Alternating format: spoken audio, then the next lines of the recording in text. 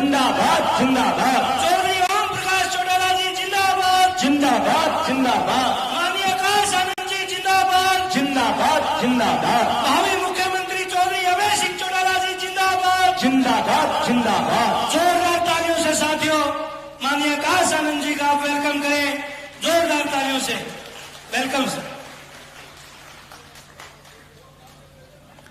जय भीम।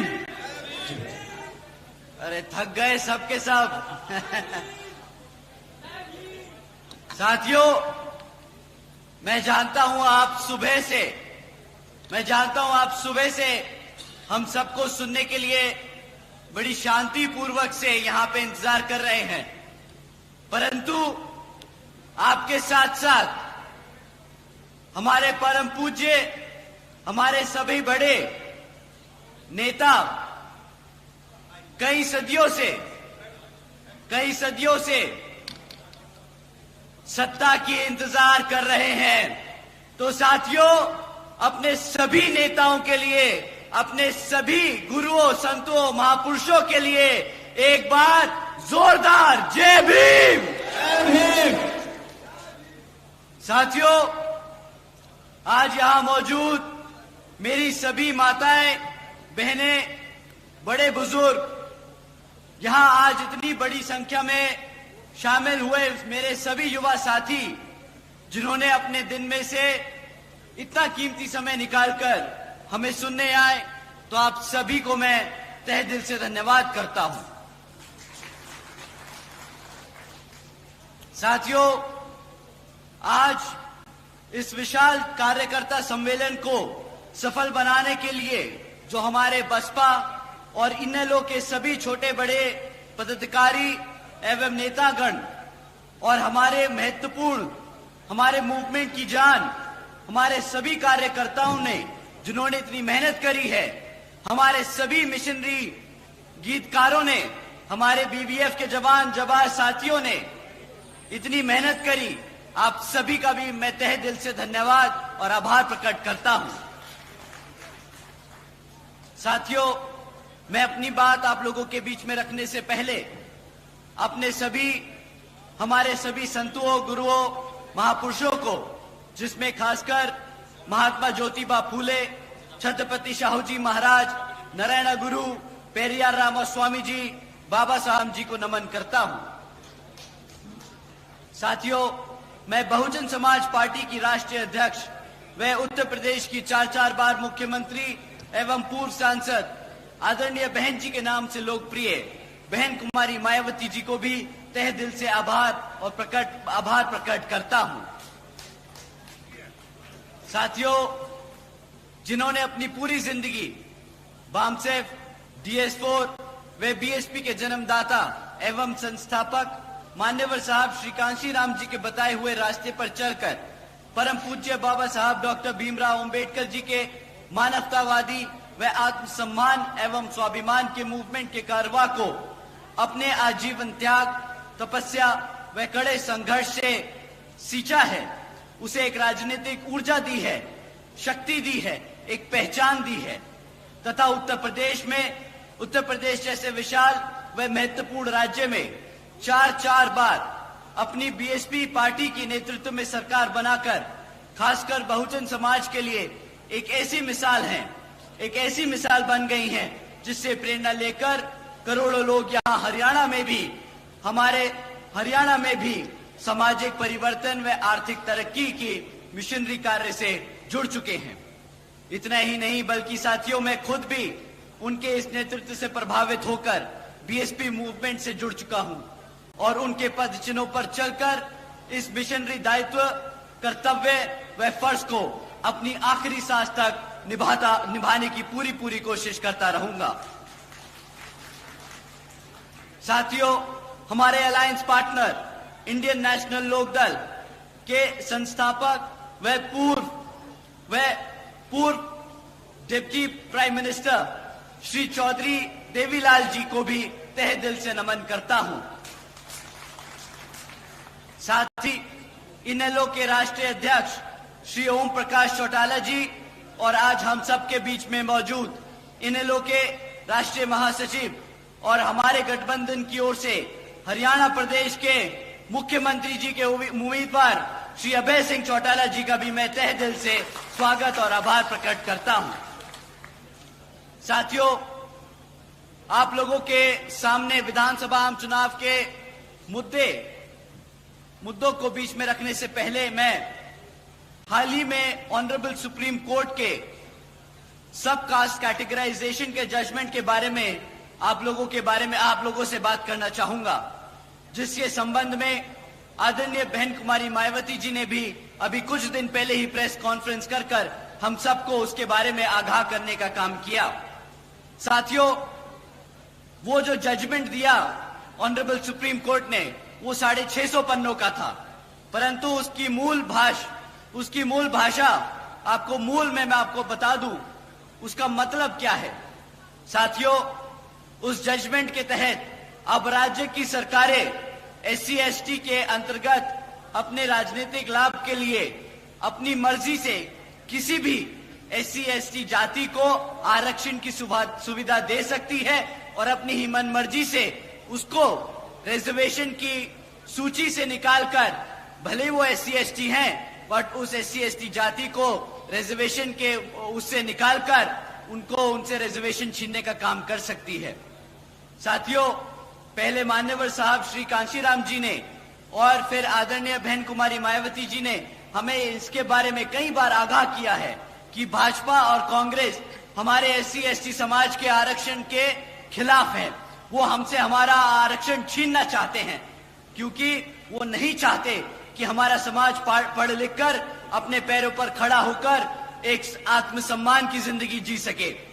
साथियों, भाजपा और कांग्रेस की ये सोची समझी साजिश है, जिसके तहत ये जजमेंट पास कराया गया है। देश से आरक्षण खत्म करने का ये पहला कदम लिया गया है। साथियों, आप सभी जानते हैं आरक्षण की मूल भावना प्रतिनिधित्व दिलाने की है, समाज को आगे बढ़ाने की है, लेकिन उसे बार बार गरीबी मिटाने की आड़ से बार बार आरक्षण को खत्म करने की कोशिश की जाती है। बोलते हैं आरक्षण का मतलब है गरीबी खत्म करना। साथियों, आप सब यहाँ जो बैठे हैं जानते हैं आरक्षण से गरीबी नहीं, प्रतिनिधित्व, रिप्रेजेंटेशन, आत्मसम्मान मिलता है, ना कि गरीबी खत्म की जाती है। परंतु ये लोग बार बार इसे गरीबी खत्म करने की योजना बनाकर बार बार हमारे पिछड़े समाज को हटाने की, आरक्षण छीनने की कोशिश करते हैं। साथियों, ये दलितों को बांटने की शुरुआत है, ये दलितों की आजादी छीनने की शुरुआत है। साथियों, ये संविधान को बदलने की शुरुआत है। ये जो लाल किताब लेकर पार्लियामेंट में खड़े होते हैं शपथ लेते वक्त, ये सपा के लोग, कांग्रेसी लोग, भाजपा के लोग जो संविधान को लेकर शपथ लेते हैं और कहते हैं कि संविधान को बचाने का काम करेंगे, आज ऐसे ही जजमेंट पास कराकर हमसे आरक्षण छीनने का, हमारे संविधान को बदलने का काम कर रहे हैं। साथियों, संविधान बचाने के नाम पर भाजपा और कांग्रेस मिलकर संविधान को बदलने का काम कर रही है। आदरणीय बहन जी ने कहा है कि अगर ये भाजपा की NDA और कांग्रेस की इंडिया अलायंस, जिसमें सपा, आम आदमी पार्टी जैसी पार्टियां भी शामिल हैं, ये सब अगर सच्चे दिल से हमारे समाज के लिए आरक्षण के हितैषी हैं, तो ये सब मिलकर पार्लियामेंट के जरिए से हमारे रिजर्वेशन एक्ट को संविधान की 9वीं सूची में डालकर उसको हमेशा के लिए सुरक्षित करेंगे। परंतु साथियों, इनकी नीयत नहीं है। आज सुबह ही आदरणीय राहुल गांधी जी ने भी एक प्रेस कॉन्फ्रेंस कर स्टेटमेंट इशू किया, जिसमें कहा उन्होंने कि पंडित नेहरू जी ने और महात्मा गांधी जी ने आरक्षण के लिए खूब लड़ाइयां लड़ी हैं। वो चाहते थे कि हमारे SC/ST समाज को आरक्षण मिले, परंतु यहां मेरे सभी SC/ST भाई जानते हैं कि किस तरह पंडित नेहरू जी ने और महात्मा गांधी जी ने बाबा साहब को पार्लियामेंट से दूर रखने का काम किया। किस तरह वो जब बाबा साहब MP चुनकर पार्लियामेंट की कमेटी में पहुंचे, कॉन्स्टिट्यूशन कमेटी में पहुंचे, तो किस तरह उन्होंने बाबा साहब को इंडिया से हटाकर पाकिस्तान की कॉन्स्टिट्यूशन कमेटी में भेजने का काम किया। साथियों उन्होंने कदम कदम पर हमारे बाबा साहब को नीचा दिखाने का काम किया। कदम कदम पर उन्होंने हमारे रिजर्वेशन को छीनने का काम किया। साथियों, वो तो इतने अड़ गए थे कि जब बाबा साहब ने अंग्रेजों की मदद से आरक्षण की व्यवस्था तय करी कॉन्स्टिट्यूशन में, तो महात्मा गांधी जी भूख हड़ताल पे बैठ गए और माने नहीं जब तक उन्होंने बाबा साहब की शर्तों को हटाने का काम न किया। साथियों, वो इस कदर इनके पीछे पड़ गए थे कि कह रहे थे कि मैं मर जाऊंगा परंतु आरक्षण नहीं लागू होने दूंगा। साथियों, ये थी कांग्रेसियों की नीति। साथियों, भूल जाइएगा कि कांग्रेसी या भाजपा कभी भी हमारे आरक्षण के हितैषी हो सकते हैं। साथियों, उन्होंने कदम कदम पर हमें मिटाने की, दबाने की, कुचलने की कोशिश की है। समय आ गया है, अब और कोई हमारे ऊपर राज नहीं करेगा। समय आ गया है अपने वोट की कीमत का, अपनी वोट की कीमत को पहचानने का। समय आ गया है शासक बनने का। समय आ गया है अपनी जगह लेने का। समय आ गया है पार्लियामेंट पे राज करने का। साथियों, अभी आप लोगों के सामने अभी कुछ ही समय में विधानसभा के आम चुनाव होने वाले हैं और कांग्रेस के साथ साथ यहां भाजपा भी पिछले 10 सालों से राज कर चुकी है। भाजपा से पहले कांग्रेस ने 10 साल आप पे राज किया। अब पिछले 10 साल से भाजपा राज कर रही है और अब जब विधानसभा हमारे सर पर है तो ये लोग फिर से आप लोगों के बीच में आकर झूठे झूठे वादे करेंगी। परंतु साथियों, इस बार इनको वोट डालने से पहले हमें इनसे कुछ मुद्दों पे सवाल करने होंगे। मैं आप लोगों से जाति और धर्म के आधार पे कभी नहीं कहूंगा आप सवाल करें। मैं आपसे कहूंगा आप इनसे शिक्षा, रोजगार और चढ़ती हुई महंगाई के बारे में सवाल करें। साथियों, अगर हम शिक्षा की बात करें तो यहां पिछले 10 सालों से सरकार ने 5000 से ज्यादा प्राइमरी स्कूल्स को बंद करने का काम किया है। एक तरफ हमारे पढ़ने लिखने के बच्चे की संख्या बढ़ रही है, दूसरी तरफ ये सरकार हमारे बच्चों के प्राइमरी स्कूल बंद करने का काम कर रही है। एक तरफ साथियों 2000 से ज्यादा सीनियर सेकेंडरी स्कूल है हरियाणा में, जिसमें से 1000 से ज्यादा स्कूलों में प्रिंसिपल तक की पोस्ट पे प्रिंसिपल्स नहीं है। अब साथियों, ये बताइए कि पिछले 2027 से हमारे SC, ST, OBC समाज के छात्रों को स्कॉलरशिप का पैसा मिला कि नहीं मिला? यहाँ पे जितने भी कॉलेज के बच्चे बैठे हैं, बताइए आपको स्कॉलरशिप का पैसा मिला कि नहीं मिला? भाई साहब, इतना कम मना करोगे ना तो सत्ता तो दूर की बात है, स्कॉलरशिप भी नहीं मिलेगी। तो अपनी जो दर्द और दुख है उसके लिए आवाज उठाइए और बताइए कि मिला कि नहीं मिला। साथियों, जिस तरह आपको स्कॉलरशिप का पैसा नहीं मिला, इसी तरह इस बारी कांग्रेस की और भाजपा को वोट नहीं मिलेगा। आप लोगों का वोट हाथी और चश्मे पे पड़ेगा। साथियों, एक तरफ हमारे बच्चे दिन रात मेहनत कर कर कॉलेज में दाखिला ले रहे हैं, दूसरी तरफ ये सरकार झूठा वादा कर कर कि स्कॉलरशिप का पैसा देगी, वो पैसा नहीं देती। हमारे बच्चे अनपढ़ रह जाते हैं। जब हमारा बच्चा पढ़ेगा लिखेगा नहीं तो आप बताइए क्या वो गुलामी करेगा कि नहीं? हम गुलाम ही बन के रह जाएंगे ना। अब आप ही बताइए, बाबा साहब ने इतनी मेहनत कर कर हमें गुलाम बनाने के लिए खड़ा किया है। बताइए मेरे किसान भाइयों, आप लोग अपने पैरों पर खड़ा होना चाहते हैं कि नहीं? साथियों, अगर आप अपने पैरों पर खड़ा होना चाहते हैं तो मैं आप लोगों से दरखास्त करूंगा कि आने वाले विधानसभा आम चुनाव में यहां बसपा और NLA के प्रत्याशियों को भारी बहुमतों से जिताकर श्री आदरणीय अभय सिंह चौटाला जी को मुख्यमंत्री बनाकर अपने यहां पर अपने लिए, अपने हितों के लिए काम कराने का काम करें आप सब। साथियों, एक तरफ ये भाजपा और कांग्रेस वाले हैं जो इस तरीके की काम करते हैं, इन नीतियों पे चलते हैं, और दूसरी तरफ हमारी आदरणीय बहन कुमारी मायावती जी की नीतियां हैं जिसके तहत चलकर यहां पर भी हरियाणा में उसी संख्या में, उसी ताबड़तोड़ तरीके से यहां पे काम किए जाएंगे। जैसे बहन जी ने बसपा की सरकार के दौरान यूपी में सावित्रीबाई फुले बालिका शिक्षा योजना चलाई थी साथियों, जिसके तहत बहन जी ने 7 लाख से ज्यादा बच्चियों को 12वीं तक की शिक्षा प्राप्त करने के लिए 600 करोड़ से ज्यादा अपनी बच्चियों पर खर्चने का काम किया था। इतना ही नहीं साथियों, बहन जी ने 6 engineering colleges, 2 homeopathic colleges, 24 polytechnic colleges, 2 paramedical colleges, 6 universities, 200 से अधिक इंटर व डिग्री कॉलेजेस, 100 से अधिक ITIs, 550 से ज्यादा हाई स्कूल्स और हमारे प्राइमरी स्कूल्स के बच्चों के लिए 5,500 से ज्यादा प्राइमरी स्कूल्स बनाने का काम किया है साथियों। और साथियों, हमारे सभी पिछड़े समाज के, हमारे OBC समाज के छात्रों के लिए आदरणीय बहन जी ने देश में पहली बार 27% आरक्षण की व्यवस्था तय की थी। साथियों, लिस्ट बहन जी के कामों की इतनी लंबी है शिक्षा की क्षेत्र में कि मैं यहां पर बताते बताते थक जाऊंगा और दिन की भी रात हो जाएगी।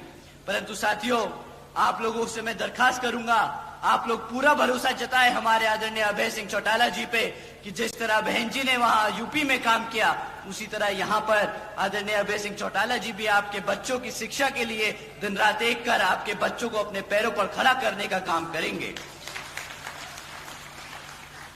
साथियों, आज हरियाणा का युवा बेरोजगार घूम रहा है। इतना ही नहीं बल्कि हमारा हरियाणा का 40% युवा बेरोजगार घूम रहा है। और यहां पिछले 10 सालों से भाजपा की सरकार लगातार सत्ता में बनी हुई है। यहां 2 लाख से ज्यादा सरकारी पद आज भी खाली पड़े हैं। इतना ही नहीं, पिछले 10 सालों से हमारे 2000 से ज्यादा कॉलेज के लेक्चरर्स, कॉलेजेस में जो लेक्चरर्स हैं, वो परमानेंट होने की मांग कर रहे हैं। और हमारे क्लरिकल क्लास के वर्कर्स अपनी बेसिक पे को 35,400 की मांग कर रहे हैं। परंतु इन सभी क्षेत्रों में यहां भाजपा की सरकार एक भी काम पूरा ना कर पाई। साथियों, एक तरफ 40% युवा बेरोजगार घूम रहा है, दूसरी तरफ इनके पास 2 लाख से ज्यादा सरकारी पद खाली पड़े हैं। परंतु ये क्या करते हैं?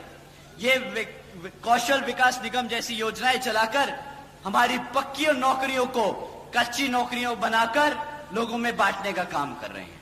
आप जानते हैं क्यों ये पक्की नौकरियां नहीं देना चाहते आपको? क्या आप जानते हैं क्यों ये हमारे कॉलेजेस में प्रोफेसर्स को, लेक्चरर्स को परमानेंट नहीं करते? सरकार, साथियों, अगर सरकार ने पक्की नौकरी देना शुरू कर दिया तो उनको आरक्षण भी देना पड़ेगा। अगर उन्होंने हमारे कॉलेजेस में प्रोफेसर्स को पक्का कर दिया तो उन्हें आरक्षण देना पड़ेगा। साथियों,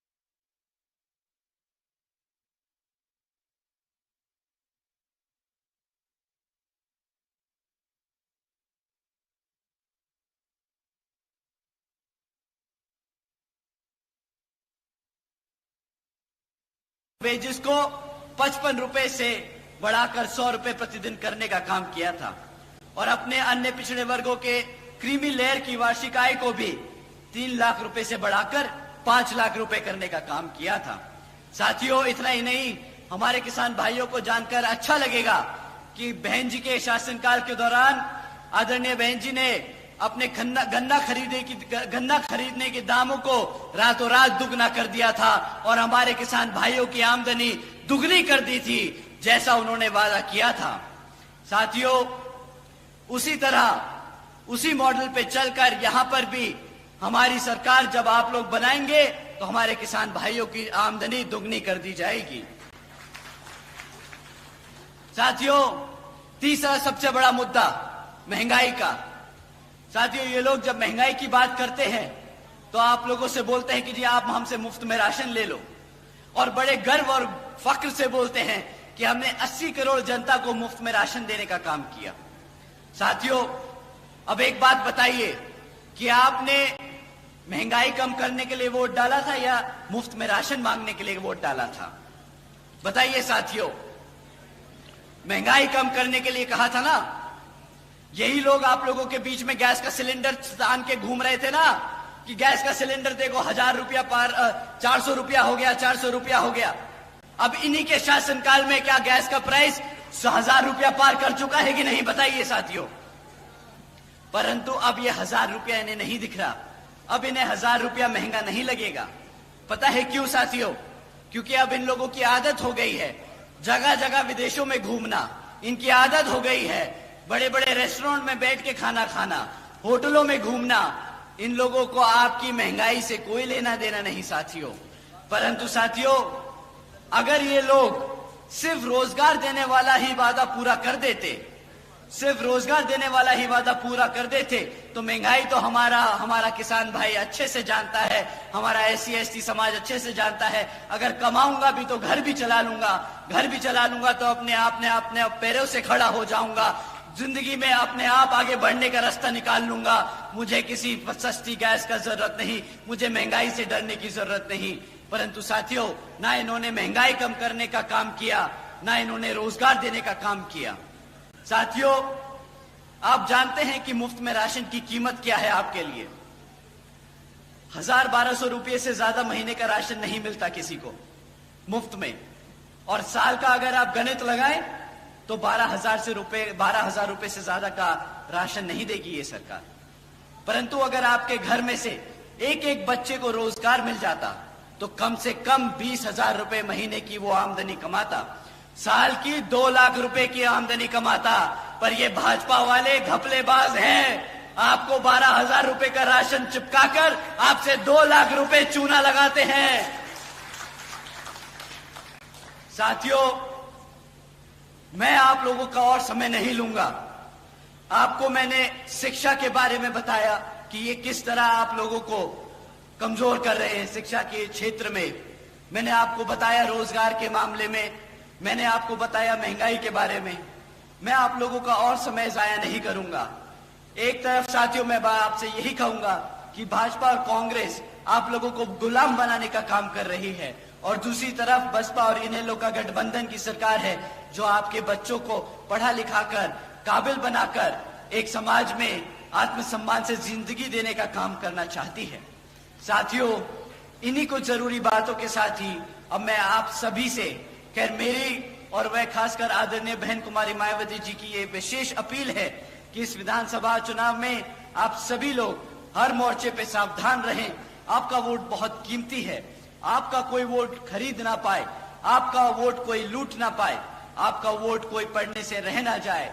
साथियों, जाति बिरादरी, धन बल, मंदिर मस्जिद या किसी भी भावना आदि के नाम पर कोई स्वार्थी अपने जाल में फंसाकर आपके वोट का दुरुपयोग ना कर ले, क्योंकि साथियों, देश के हर एक महिला, पुरुष व युवा को वोट डालने का अधिकार यहाँ परम पूज्य बाबा साहब डॉक्टर भीमराव अंबेडकर जी की अति महत्वपूर्ण देन है। मैं आप सभी से यही खास अपील करता हूं कि आप लोग यहाँ जिन जिन क्षेत्र में बसपा और इनेलो के विधानसभा उम्मीदवार चुनाव लड़ रहे हैं, तो आप उनको वोटिंग मशीन के सामने, वोटिंग मशीन पे बसपा का हाथी चुनाव चिन्ह और इनेलो का चश्मे का चुनाव चिन्ह के सामने वाला बटन दबाकर भारी मतों से जिताने का काम करें। क्योंकि साथियों, समय आ गया है कमर कसने का, सत्ता छीनने का और यहां पर शासक बनने का। जय भीम, जय भारत। बहुत बहुत धन्यवाद आदरणीय आकाश आनंद साहब। चरखी दादरी से ये भाई जयवीर फौजी एक मोमेंटो भेंट करके स्वागत करना चाहते हैं। जिंदाबाद जिंदाबाद जिंदाबाद। चौधरी ओम प्रकाश चौटाला जी जिंदाबाद। जिंदाबाद जिंदाबाद। माननीय आकाश आनंद जी जिंदाबाद। जिंदाबाद जिंदाबाद। भावी मुख्यमंत्री चौधरी अभय सिंह चौटाला जी जिंदाबाद। जिंदाबाद जिंदाबाद। जोरदार तालियों से साथियों माननीय आकाश आनंद जी का आप वेलकम करें, जोरदार तालियों से वेलकम सर। जय भीम। अरे थक गए सबके सब। साथियों, मैं जानता हूं आप सुबह से हम सबको सुनने के लिए बड़ी शांति पूर्वक से यहां पे इंतजार कर रहे हैं, परंतु आपके साथ साथ हमारे परम पूज्य, हमारे सभी बड़े नेता कई सदियों से सत्ता की इंतजार कर रहे हैं। तो साथियों, अपने सभी नेताओं के लिए, अपने सभी गुरुओं, संतों, महापुरुषों के लिए एक बार जोरदार जय भीम। जय भीम। साथियों, आज यहां मौजूद मेरी सभी माताएं, बहनें, बड़े बुजुर्ग, यहां आज इतनी बड़ी संख्या में शामिल हुए मेरे सभी युवा साथी, जिन्होंने अपने दिन में से इतना कीमती समय निकालकर हमें सुनने आए, तो आप सभी को मैं तहे दिल से धन्यवाद करता हूं। साथियों, आज इस विशाल कार्यकर्ता सम्मेलन को सफल बनाने के लिए जो हमारे बसपा और इनेलो के सभी छोटे बड़े पदाधिकारी एवं नेतागण और हमारे महत्वपूर्ण, हमारे मूवमेंट की जान, हमारे सभी कार्यकर्ताओं ने जिन्होंने इतनी मेहनत करी है, हमारे सभी मिशनरी गीतकारों ने, हमारे बीबीएफ के जवान जाबाज साथियों ने इतनी मेहनत करी, आप सभी का भी मैं तहे दिल से धन्यवाद और आभार प्रकट करता हूं। साथियों, मैं अपनी बात आप लोगों के बीच में रखने से पहले अपने हमारे सभी संतों, गुरुओं, महापुरुषों को, जिसमें खासकर महात्मा ज्योतिबा फूले, छत्रपति शाहूजी महाराज, नारायण गुरु, पेरियार रामास्वामी जी, बाबा साहब डॉक्टर भीमराव अंबेडकर जी एवं मान्यवर साहब श्री काशीराम जी को नमन करता हूं। साथियों, मैं बहुजन समाज पार्टी की राष्ट्रीय अध्यक्ष व उत्तर प्रदेश की 4 बार मुख्यमंत्री एवं पूर्व सांसद आदरणीय बहन जी के नाम से लोकप्रिय बहन कुमारी मायावती जी को भी तहे दिल से आभार प्रकट करता हूं। साथियों, जिन्होंने अपनी पूरी जिंदगी बामसेफ, DS4 व बीएसपी के जन्मदाता एवं संस्थापक मान्यवर साहब श्री कांशीराम जी के बताए हुए रास्ते पर चलकर परम पूज्य बाबा साहब डॉक्टर भीमराव अंबेडकर जी के मानवतावादी व आत्मसम्मान एवं स्वाभिमान के मूवमेंट के कारवा को अपने आजीवन त्याग, तपस्या व कड़े संघर्ष से सींचा है, उसे एक राजनीतिक ऊर्जा दी है, शक्ति दी है, एक पहचान दी है, तथा उत्तर प्रदेश जैसे विशाल व महत्वपूर्ण राज्य में 4 बार अपनी बीएसपी पार्टी की नेतृत्व में सरकार बनाकर खासकर बहुजन समाज के लिए एक ऐसी मिसाल बन गई हैं, जिससे प्रेरणा लेकर करोड़ों लोग यहाँ हमारे हरियाणा में भी सामाजिक परिवर्तन व आर्थिक तरक्की की मिशनरी कार्य से जुड़ चुके हैं। इतना ही नहीं, बल्कि साथियों, मैं खुद भी उनके इस नेतृत्व से प्रभावित होकर बीएसपी मूवमेंट से जुड़ चुका हूं और उनके पद चिन्हों पर चलकर इस मिशनरी दायित्व, कर्तव्य व फर्ज को अपनी आखिरी सांस तक निभाने की पूरी कोशिश करता रहूंगा। साथियों, हमारे alliance partner Indian National Lokdal के संस्थापक व पूर्व deputy prime minister Shri Chaudhary Devilal ji को भी तहे दिल से नमन करता हूं। साथ ही इनेलो के राष्ट्रीय अध्यक्ष श्री ओम प्रकाश चौटाला जी और आज हम सबके बीच में मौजूद इनेलो के राष्ट्रीय महासचिव और हमारे गठबंधन की ओर से हरियाणा प्रदेश के मुख्यमंत्री जी के उम्मीदवार श्री अभय सिंह चौटाला जी का भी मैं तहे दिल से स्वागत और आभार प्रकट करता हूं। साथियों, आप लोगों के सामने विधानसभा आम चुनाव के मुद्दों को बीच में रखने से पहले मैं हाल ही में ऑनरेबल सुप्रीम कोर्ट के सब कास्ट कैटेगराइजेशन के जजमेंट के बारे में आप लोगों से बात करना चाहूंगा, जिसके संबंध में आदरणीय बहन कुमारी मायावती जी ने भी अभी कुछ दिन पहले ही प्रेस कॉन्फ्रेंस कर हम सबको उसके बारे में आगाह करने का काम किया। साथियों, वो जो जजमेंट दिया ऑनरेबल सुप्रीम कोर्ट ने वो 650 पन्नों का था, परंतु उसकी मूल भाषा मैं आपको बता दूं उसका मतलब क्या है। साथियों, उस जजमेंट के तहत अब राज्य की सरकारें SC/ST के अंतर्गत अपने राजनीतिक लाभ के लिए अपनी मर्जी से किसी भी SC/ST जाति को आरक्षण की सुविधा दे सकती है और अपनी ही मन मर्जी से उसको रिजर्वेशन की सूची से निकालकर, भले वो SC/ST हैं, बट उस SC/ST जाति को रिजर्वेशन के उससे निकालकर उनसे रिजर्वेशन छीनने का काम कर सकती है। साथियों, पहले मान्यवर साहब श्री कांशीराम जी ने और फिर आदरणीय बहन कुमारी मायावती जी ने हमें इसके बारे में कई बार आगाह किया है कि भाजपा और कांग्रेस हमारे SC/ST समाज के आरक्षण के खिलाफ है। वो हमसे हमारा आरक्षण छीनना चाहते हैं, क्योंकि वो नहीं चाहते कि हमारा समाज पढ़ लिख कर अपने पैरों पर खड़ा होकर एक आत्मसम्मान की जिंदगी जी सके। साथियों, भाजपा और कांग्रेस की ये सोची समझी साजिश है, जिसके तहत ये जजमेंट पास कराया गया है। देश से आरक्षण खत्म करने का ये पहला कदम लिया गया है। साथियों, आप सभी जानते हैं आरक्षण की मूल भावना प्रतिनिधित्व दिलाने की है, समाज को आगे बढ़ाने की है, लेकिन उसे बार बार गरीबी मिटाने की आड़ से बार बार आरक्षण को खत्म करने की कोशिश की जाती है। बोलते हैं आरक्षण का मतलब है गरीबी खत्म करना।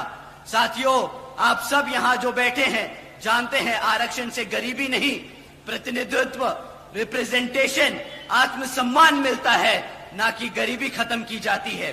परंतु ये लोग बार बार इसे गरीबी खत्म करने की योजना बनाकर बार बार हमारे पिछड़े समाज को हटाने की, आरक्षण छीनने की कोशिश करते हैं। साथियों, ये दलितों को बांटने की शुरुआत है, ये दलितों की आजादी छीनने की शुरुआत है। साथियों, ये संविधान को बदलने की शुरुआत है। ये जो लाल किताब लेकर पार्लियामेंट में खड़े होते हैं शपथ लेते वक्त, ये सपा के लोग, कांग्रेसी लोग, भाजपा के लोग जो संविधान को लेकर शपथ लेते हैं और कहते हैं कि संविधान को बचाने का काम करेंगे, आज ऐसे ही जजमेंट पास कराकर हमसे आरक्षण छीनने का, हमारे संविधान को बदलने का काम कर रहे हैं। साथियों, संविधान बचाने के नाम पर भाजपा और कांग्रेस मिलकर संविधान को बदलने का काम कर रही है। आदरणीय बहन जी ने कहा है कि अगर ये भाजपा की NDA और कांग्रेस की इंडिया अलायंस, जिसमें सपा, आम आदमी पार्टी जैसी पार्टियां भी शामिल हैं, ये सब अगर सच्चे दिल से हमारे समाज के लिए आरक्षण के हितैषी हैं, तो ये सब मिलकर पार्लियामेंट के जरिए से हमारे रिजर्वेशन एक्ट को संविधान की 9वीं सूची में डालकर उसको हमेशा के लिए सुरक्षित करेंगे। परंतु साथियों, इनकी नीयत नहीं है। आज सुबह ही आदरणीय राहुल गांधी जी ने भी एक प्रेस कॉन्फ्रेंस कर स्टेटमेंट इशू किया, जिसमें कहा उन्होंने कि पंडित नेहरू जी ने और महात्मा गांधी जी ने आरक्षण के लिए खूब लड़ाइयां लड़ी हैं। वो चाहते थे कि हमारे SC/ST समाज को आरक्षण मिले, परंतु यहां मेरे सभी SC/ST भाई जानते हैं कि किस तरह पंडित नेहरू जी ने और महात्मा गांधी जी ने बाबा साहब को पार्लियामेंट से दूर रखने का काम किया। किस तरह वो जब बाबा साहब MP चुनकर पार्लियामेंट की कमेटी में पहुंचे, कॉन्स्टिट्यूशन कमेटी में पहुंचे, तो किस तरह उन्होंने बाबा साहब को इंडिया से हटाकर पाकिस्तान की कॉन्स्टिट्यूशन कमेटी में भेजने का काम किया। साथियों उन्होंने कदम कदम पर हमारे बाबा साहब को नीचा दिखाने का काम किया, कदम कदम पर उन्होंने हमारे रिजर्वेशन को छीनने का काम किया। साथियों, वो तो इतने अड़ गए थे कि जब बाबा साहब ने अंग्रेजों की मदद से आरक्षण की व्यवस्था तय करी कॉन्स्टिट्यूशन में, तो महात्मा गांधी जी भूख हड़ताल पे बैठ गए और माने नहीं जब तक उन्होंने बाबा साहब की शर्तों को हटाने का काम न किया। साथियों, वो इस कदर इनके पीछे पड़ गए थे कि कह रहे थे कि मैं मर जाऊंगा परंतु आरक्षण नहीं लागू होने दूंगा। साथियों, ये थी कांग्रेसियों की नीति। साथियों, भूल जाइएगा कि कांग्रेसी या भाजपा कभी भी हमारे आरक्षण के हितैषी हो सकते हैं। साथियों, उन्होंने कदम कदम पर हमें मिटाने की, दबाने की कोशिश की है। समय आ गया है, अब और कोई हमारे ऊपर राज नहीं करेगा। समय आ गया है अपने वोट की कीमत का, अपनी वोट की कीमत को पहचानने का।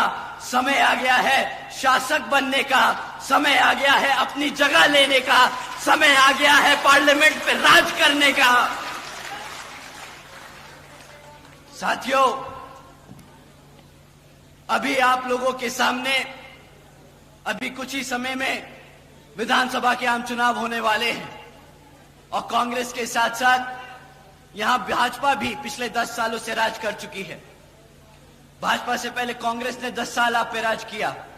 अब पिछले 10 साल से भाजपा राज कर रही है और अब जब विधानसभा हमारे सर पर है तो ये लोग फिर से आप लोगों के बीच में आकर झूठे झूठे वादे करेंगी। परंतु साथियों, इस बार इनको वोट डालने से पहले हमें इनसे कुछ मुद्दों पे सवाल करने होंगे। मैं आप लोगों से जाति और धर्म के आधार पे कभी नहीं कहूंगा आप सवाल करें।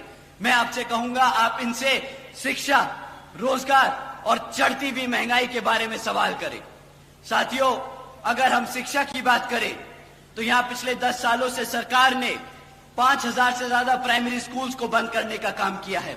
एक तरफ हमारे पढ़ने लिखने के बच्चे की संख्या बढ़ रही है, दूसरी तरफ ये सरकार हमारे बच्चों के प्राइमरी स्कूल बंद करने का काम कर रही है। एक तरफ साथियों 2000 से ज्यादा सीनियर सेकेंडरी स्कूल है हरियाणा में, जिसमें से 1000 से ज्यादा स्कूलों में प्रिंसिपल तक की पोस्ट पे प्रिंसिपल्स नहीं है।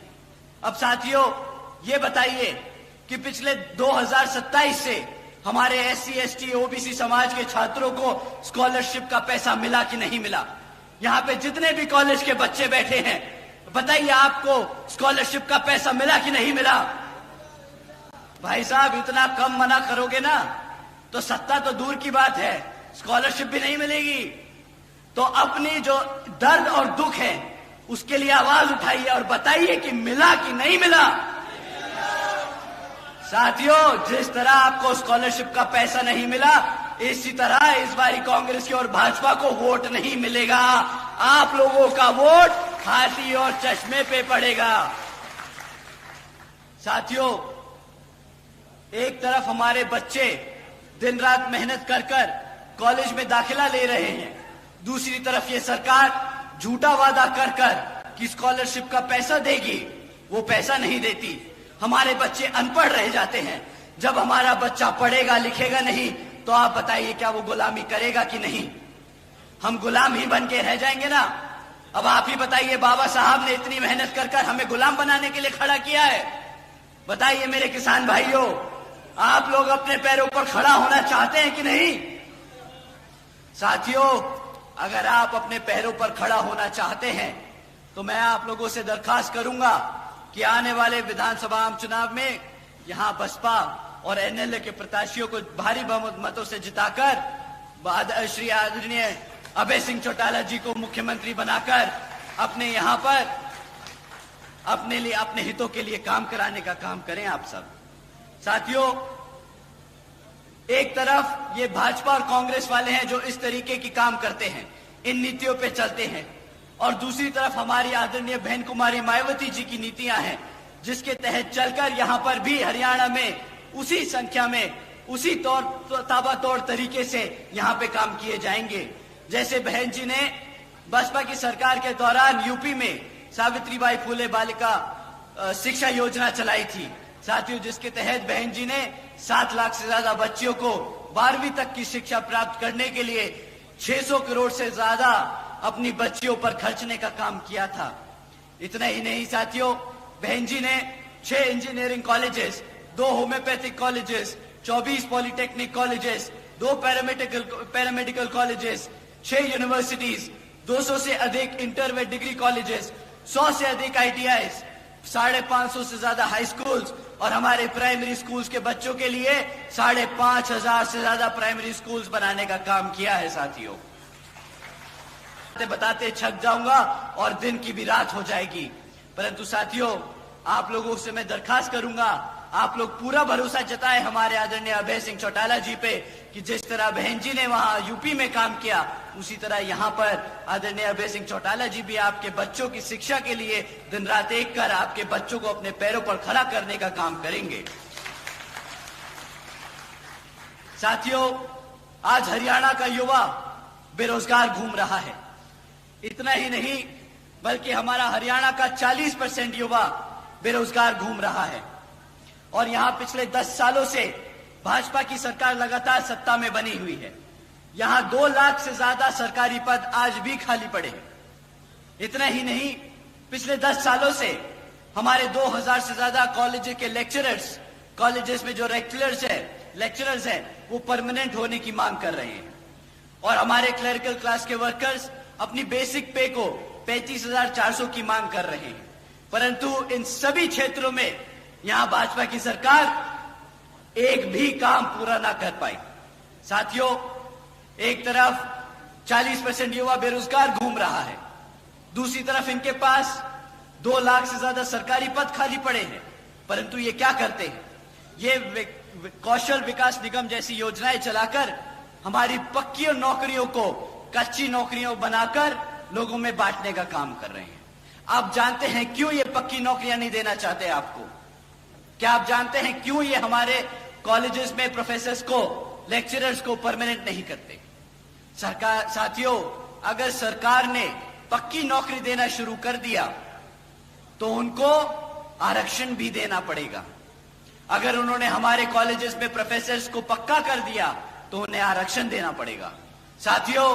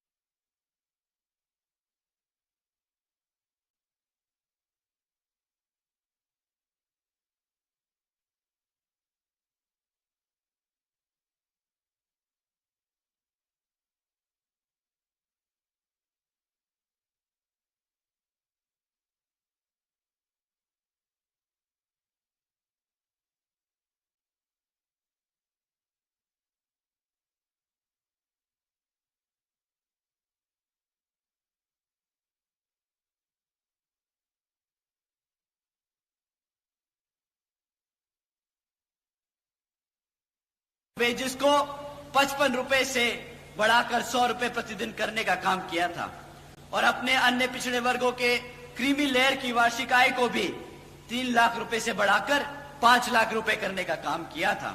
साथियों इतना ही नहीं, हमारे किसान भाइयों को जानकर अच्छा लगेगा कि बहन जी के शासनकाल के दौरान आदरणीय बहन जी ने अपने गन्ना खरीदने के दामों को रातों रात दुगना कर दिया था और हमारे किसान भाइयों की आमदनी दुगनी कर दी थी, जैसा उन्होंने वादा किया था।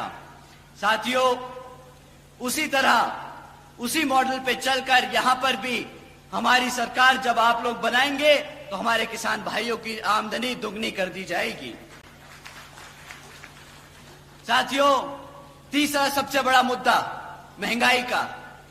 साथियों ये लोग जब महंगाई की बात करते हैं तो आप लोगों से बोलते हैं कि जी आप हमसे मुफ्त में राशन ले लो और बड़े गर्व और फख्र से बोलते हैं कि हमने 80 करोड़ जनता को मुफ्त में राशन देने का काम किया।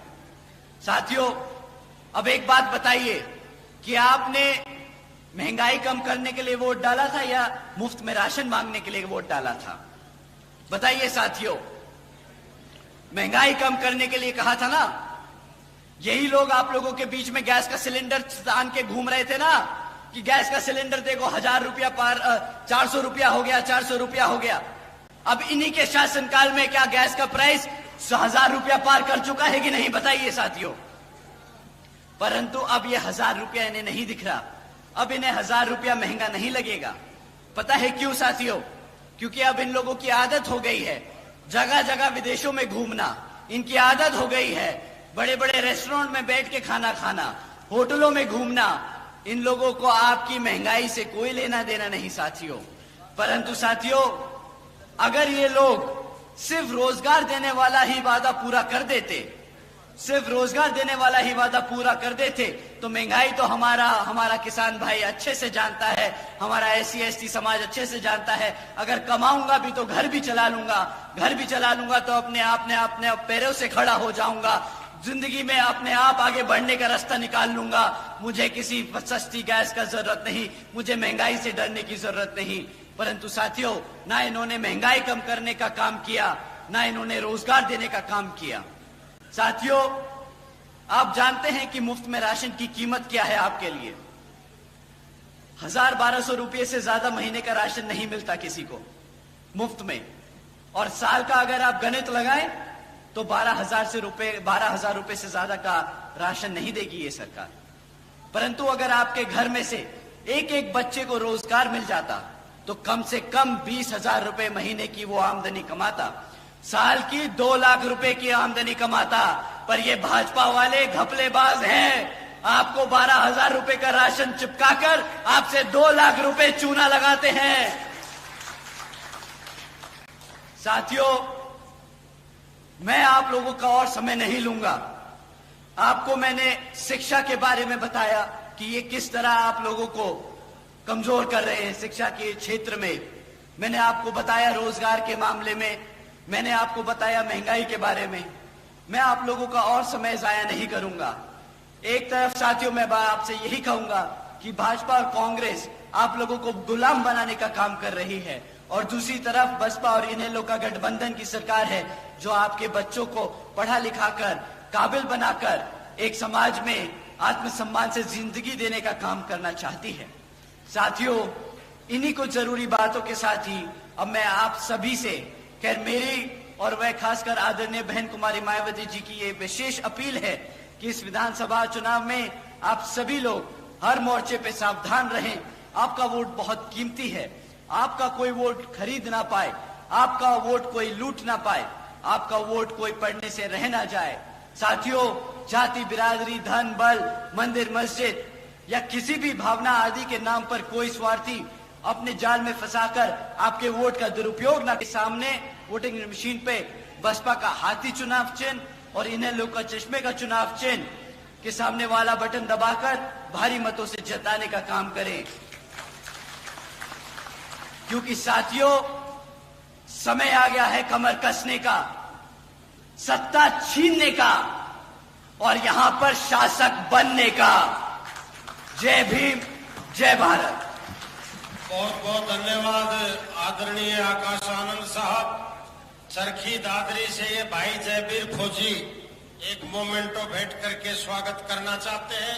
जिंदाबाद जिंदाबाद जिंदाबाद चौधरी ओम प्रकाश चौटाला जी जिंदाबाद, जिंदाबाद जिंदाबाद माननीय आकाश आनंद जी जिंदाबाद, जिंदाबाद जिंदाबाद भावी मुख्यमंत्री चौधरी अभय सिंह चौटाला जी जिंदाबाद, जिंदाबाद जिंदाबाद। जोरदार तालियों से साथियों माननीय आकाश आनंद जी का आप वेलकम करें, जोरदार तालियों से वेलकम सर। जय भीम। अरे थक गए सबके सब। साथियों, मैं जानता हूं आप सुबह से हम सबको सुनने के लिए बड़ी शांति पूर्वक से यहां पे इंतजार कर रहे हैं, परंतु आपके साथ साथ हमारे परम पूज्य, हमारे सभी बड़े नेता कई सदियों से सत्ता की इंतजार कर रहे हैं। तो साथियों, अपने सभी नेताओं के लिए, अपने सभी गुरुओं, संतों, महापुरुषों के लिए एक बार जोरदार जय भीम। जय भीम। साथियों, आज यहां मौजूद मेरी सभी माताएं, बहनें, बड़े बुजुर्ग, यहां आज इतनी बड़ी संख्या में शामिल हुए मेरे सभी युवा साथी, जिन्होंने अपने दिन में से इतना कीमती समय निकालकर हमें सुनने आए, तो आप सभी को मैं तहे दिल से धन्यवाद करता हूं। साथियों, आज इस विशाल कार्यकर्ता सम्मेलन को सफल बनाने के लिए जो हमारे बसपा और इनेलो के सभी छोटे बड़े पदाधिकारी एवं नेतागण और हमारे महत्वपूर्ण, हमारे मूवमेंट की जान, हमारे सभी कार्यकर्ताओं ने जिन्होंने इतनी मेहनत करी है, हमारे सभी मिशनरी गीतकारों ने, हमारे बीबीएफ के जवान जाबाज साथियों ने इतनी मेहनत करी, आप सभी का भी मैं तहे दिल से धन्यवाद और आभार प्रकट करता हूं। साथियों, मैं अपनी बात आप लोगों के बीच में रखने से पहले अपने सभी, हमारे सभी संतों, गुरुओं, महापुरुषों को, जिसमें खासकर महात्मा ज्योतिबा फूले, छत्रपति शाहू जी महाराज, नारायण गुरु, पेरियार रामास्वामी जी, बाबा साहब डॉक्टर भीमराव अंबेडकर जी एवं मान्यवर साहब श्री काशीराम जी को नमन करता हूं। साथियों, मैं बहुजन समाज पार्टी की राष्ट्रीय अध्यक्ष व उत्तर प्रदेश की 4 बार मुख्यमंत्री एवं पूर्व सांसद आदरणीय बहन जी के नाम से लोकप्रिय बहन कुमारी मायावती जी को भी तहे दिल से आभार प्रकट करता हूं।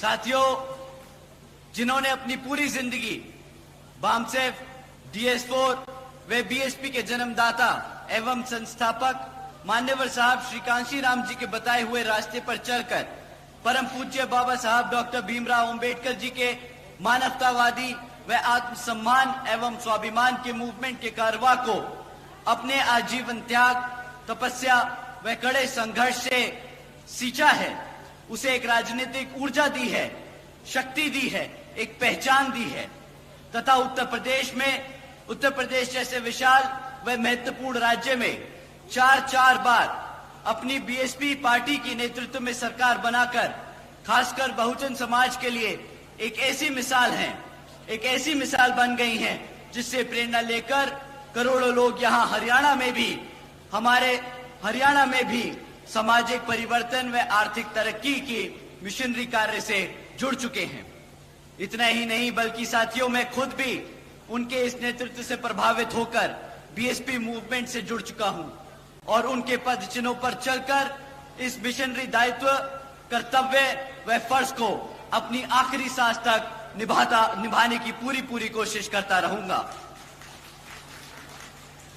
साथियों, हमारे alliance partner Indian National Lokdal के संस्थापक व पूर्व deputy prime minister Shri Chaudhary Devilal ji को भी तहे दिल से नमन करता हूं। साथ ही इनेलो के राष्ट्रीय अध्यक्ष श्री ओम प्रकाश चौटाला जी और आज हम सबके बीच में मौजूद इनेलो के राष्ट्रीय महासचिव और हमारे गठबंधन की ओर से हरियाणा प्रदेश के मुख्यमंत्री जी के उम्मीदवार श्री अभय सिंह चौटाला जी का भी मैं तहे दिल से स्वागत और आभार प्रकट करता हूं। साथियों, आप लोगों के सामने विधानसभा आम चुनाव के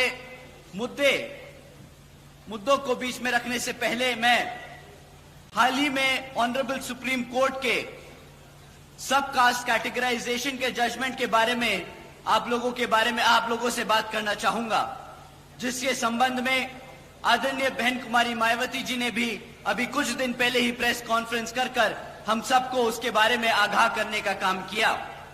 साथियों, वो जो जजमेंट दिया ऑनरेबल सुप्रीम कोर्ट ने वो 650 पन्नों का था, परंतु उसकी मूल भाषा मैं आपको बता दूं उसका मतलब क्या है।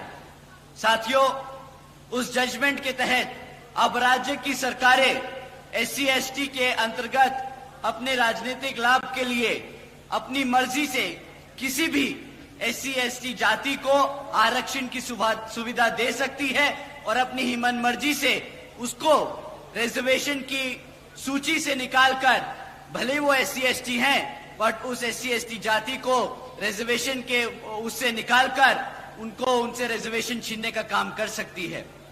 साथियों, पहले मान्यवर साहब श्री कांशीराम जी ने और फिर आदरणीय बहन कुमारी मायावती जी ने हमें इसके बारे में कई बार आगाह किया है कि भाजपा और कांग्रेस हमारे SC ST समाज के आरक्षण के खिलाफ है।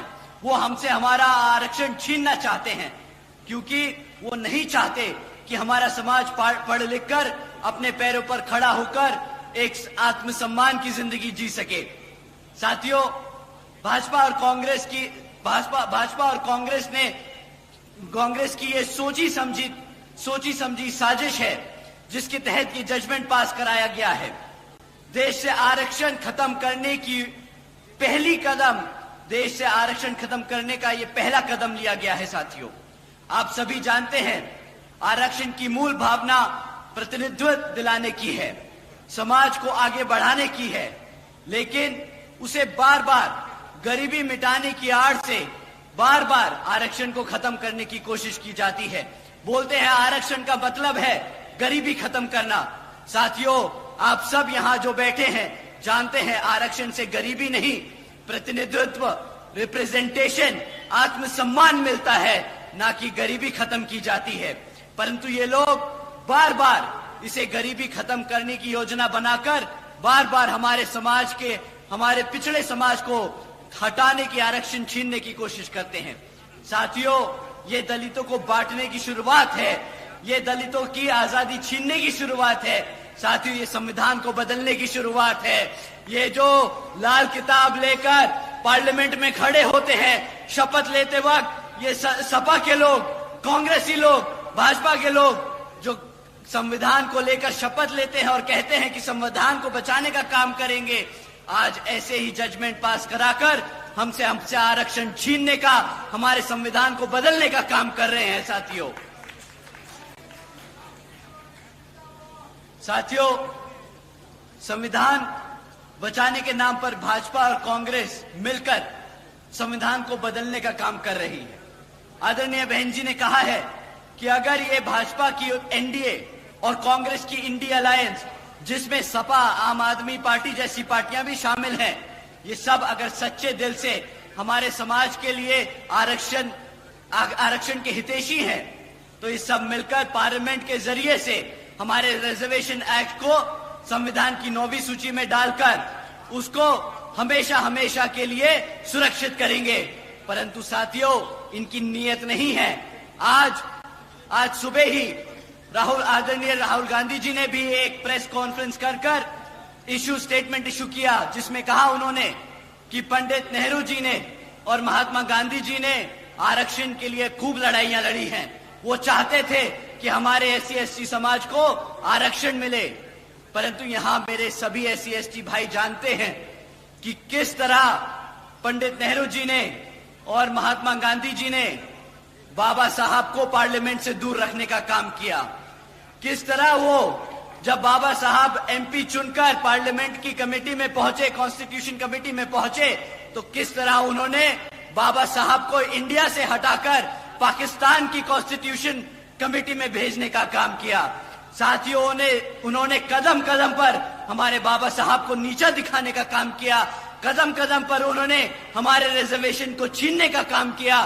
साथियों, वो तो इतने अड़ गए थे कि जब बाबा साहब ने अंग्रेजों की मदद से आरक्षण की व्यवस्था तय करी कॉन्स्टिट्यूशन में, तो महात्मा गांधी जी भूख हड़ताल पे बैठ गए और माने नहीं जब तक उन्होंने बाबा साहब की शर्तों को हटाने का काम न किया। साथियों, वो इस कदर इनके पीछे पड़ गए थे कि कह रहे थे कि मैं मर जाऊंगा परंतु आरक्षण नहीं लागू होने दूंगा। साथियों, ये थी कांग्रेसियों की नीति। साथियों, भूल जाइएगा कि कांग्रेसी या भाजपा कभी भी हमारे आरक्षण के हितैषी हो सकते हैं। साथियों, उन्होंने कदम कदम पर हमें मिटाने की, दबाने की, कुचलने की कोशिश की है। समय आ गया है, अब और कोई हमारे ऊपर राज नहीं करेगा। समय आ गया है अपने वोट की कीमत का अपनी वोट की कीमत को पहचानने का समय आ गया है। शासक बनने का समय आ गया है। अपनी जगह लेने का समय आ गया है। पार्लियामेंट पे राज करने का। साथियों, अभी आप लोगों के सामने अभी कुछ ही समय में विधानसभा के आम चुनाव होने वाले हैं और कांग्रेस के साथ साथ यहां भाजपा भी पिछले 10 सालों से राज कर चुकी है। भाजपा से पहले कांग्रेस ने 10 साल आप पे राज किया। अब पिछले 10 साल से भाजपा राज कर रही है और अब जब विधानसभा हमारे सर पर है तो ये लोग फिर से आप लोगों के बीच में आकर झूठे झूठे वादे करेंगी। परंतु साथियों, इस बार इनको वोट डालने से पहले हमें इनसे कुछ मुद्दों पे सवाल करने होंगे। मैं आप लोगों से जाति और धर्म के आधार पे कभी नहीं कहूंगा आप सवाल करें। मैं आपसे कहूंगा आप इनसे शिक्षा, रोजगार और चढ़ती हुई महंगाई के बारे में सवाल करें। साथियों, अगर हम शिक्षा की बात करें तो यहां पिछले 10 सालों से सरकार ने 5000 से ज्यादा प्राइमरी स्कूल्स को बंद करने का काम किया है। एक तरफ हमारे पढ़ने लिखने के बच्चे की संख्या बढ़ रही है, दूसरी तरफ ये सरकार हमारे बच्चों के प्राइमरी स्कूल बंद करने का काम कर रही है। एक तरफ साथियों 2000 से ज्यादा सीनियर सेकेंडरी स्कूल है हरियाणा में, जिसमें से 1000 से ज्यादा स्कूलों में प्रिंसिपल तक की पोस्ट पे प्रिंसिपल्स नहीं है। अब साथियों, ये बताइए कि पिछले 2027 से हमारे SC, ST, OBC समाज के छात्रों को स्कॉलरशिप का पैसा मिला कि नहीं मिला? यहाँ पे जितने भी कॉलेज के बच्चे बैठे हैं, बताइए आपको स्कॉलरशिप का पैसा मिला कि नहीं मिला? भाई साहब, इतना कम मना करोगे ना तो सत्ता तो दूर की बात है, स्कॉलरशिप भी नहीं मिलेगी। तो अपनी जो दर्द और दुख है उसके लिए आवाज उठाइए और बताइए कि मिला कि नहीं मिला। साथियों, जिस तरह आपको स्कॉलरशिप का पैसा नहीं मिला, इसी तरह इस बारी कांग्रेस की और भाजपा को वोट नहीं मिलेगा। आप लोगों का वोट हाथी और चश्मे पे पड़ेगा। साथियों, एक तरफ हमारे बच्चे दिन रात मेहनत कर कर कॉलेज में दाखिला ले रहे हैं, दूसरी तरफ ये सरकार झूठा वादा कर कर कि स्कॉलरशिप का पैसा देगी, वो पैसा नहीं देती। हमारे बच्चे अनपढ़ रह जाते हैं। जब हमारा बच्चा पढ़ेगा लिखेगा नहीं तो आप बताइए क्या वो गुलामी करेगा कि नहीं? हम गुलाम ही बन के रह जाएंगे ना। अब आप ही बताइए, बाबा साहब ने इतनी मेहनत कर कर हमें गुलाम बनाने के लिए खड़ा किया है। बताइए मेरे किसान भाइयों, आप लोग अपने पैरों पर खड़ा होना चाहते हैं कि नहीं? साथियों, अगर आप अपने पैरों पर खड़ा होना चाहते हैं तो मैं आप लोगों से दरखास्त करूंगा कि आने वाले विधानसभा आम चुनाव में यहां बसपा और NLA के प्रत्याशियों को भारी बहुमतों से जिताकर श्री आदरणीय अभय सिंह चौटाला जी को मुख्यमंत्री बनाकर अपने यहां पर अपने लिए, अपने हितों के लिए काम कराने का काम करें आप सब। साथियों, एक तरफ ये भाजपा और कांग्रेस वाले हैं जो इस तरीके की काम करते हैं, इन नीतियों पे चलते हैं, और दूसरी तरफ हमारी आदरणीय बहन कुमारी मायावती जी की नीतियां हैं जिसके तहत चलकर यहां पर भी हरियाणा में उसी संख्या में, उसी ताबड़तोड़ तरीके से यहां पे काम किए जाएंगे। जैसे बहन जी ने बसपा की सरकार के दौरान यूपी में सावित्रीबाई फुले बालिका शिक्षा योजना चलाई थी साथियों, जिसके तहत बहन जी ने 7 लाख से ज्यादा बच्चियों को 12वीं तक की शिक्षा प्राप्त करने के लिए 600 करोड़ से ज्यादा अपनी बच्चियों पर खर्चने का काम किया था। इतना ही नहीं साथियों, बहन जी ने 6 engineering colleges, 2 homeopathic colleges, 24 polytechnic colleges, 2 paramedical colleges, 6 universities, 200 से अधिक इंटर व डिग्री कॉलेजेस, 100 से अधिक ITIs, 550 से ज्यादा हाई स्कूल्स और हमारे प्राइमरी स्कूल्स के बच्चों के लिए 5500 से ज्यादा प्राइमरी स्कूल्स बनाने का काम किया है साथियों। और साथियों, हमारे सभी पिछड़े समाज के, हमारे OBC समाज के छात्रों के लिए आदरणीय बहन जी ने देश में पहली बार 27% आरक्षण की व्यवस्था तय की थी।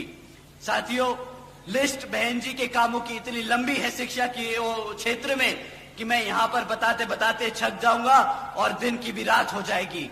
परंतु साथियों, आप लोगों से मैं दरखास्त करूंगा आप लोग पूरा भरोसा जताए हमारे आदरणीय अभय सिंह चौटाला जी पे कि जिस तरह बहन जी ने वहां यूपी में काम किया, उसी तरह यहां पर आदरणीय अभय सिंह चौटाला जी भी आपके बच्चों की शिक्षा के लिए दिन रात एक कर आपके बच्चों को अपने पैरों पर खड़ा करने का काम करेंगे। साथियों, आज हरियाणा का युवा बेरोजगार घूम रहा है। इतना ही नहीं बल्कि हमारा हरियाणा का 40% युवा बेरोजगार घूम रहा है। और यहां पिछले 10 सालों से भाजपा की सरकार लगातार सत्ता में बनी हुई है। यहां 2 लाख से ज्यादा सरकारी पद आज भी खाली पड़े हैं।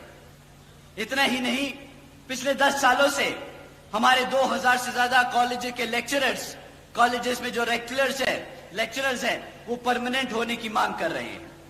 और हमारे क्लरिकल क्लास के वर्कर्स अपनी बेसिक पे को 35,400 की मांग कर रहे हैं। परंतु इन सभी क्षेत्रों में यहां भाजपा की सरकार एक भी काम पूरा ना कर पाई। साथियों, एक तरफ 40% युवा बेरोजगार घूम रहा है, दूसरी तरफ इनके पास 2 लाख से ज्यादा सरकारी पद खाली पड़े हैं। परंतु ये क्या करते हैं? ये कौशल विकास निगम जैसी योजनाएं चलाकर हमारी पक्की नौकरियों को कच्ची नौकरियों बनाकर लोगों में बांटने का काम कर रहे हैं। आप जानते हैं क्यों ये पक्की नौकरियां नहीं देना चाहते आपको? क्या आप जानते हैं क्यों ये हमारे कॉलेजेस में प्रोफेसर्स को, लेक्चरर्स को परमानेंट नहीं करते? साथियों, अगर सरकार ने पक्की नौकरी देना शुरू कर दिया तो उनको आरक्षण भी देना पड़ेगा। अगर उन्होंने हमारे कॉलेजेस में प्रोफेसर्स को पक्का कर दिया तो उन्हें आरक्षण देना पड़ेगा।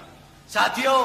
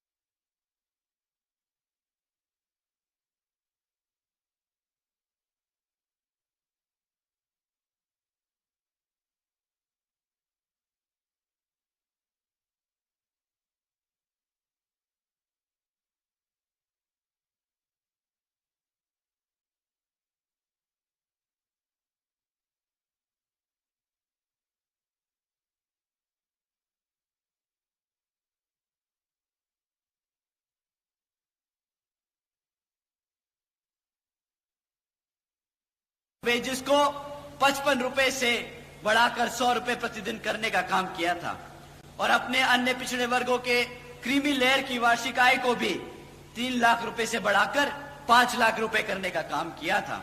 साथियों, इतना ही नहीं, हमारे किसान भाइयों को जानकर अच्छा लगेगा कि बहन जी के शासनकाल के दौरान आदरणीय बहन जी ने अपने गन्ना खरीदने के दामों को रातों रात दुगना कर दिया था और हमारे किसान भाइयों की आमदनी दुगनी कर दी थी, जैसा उन्होंने वादा किया था। साथियों, उसी तरह उसी मॉडल पे चलकर यहां पर भी हमारी सरकार जब आप लोग बनाएंगे तो हमारे किसान भाइयों की आमदनी दुगनी कर दी जाएगी।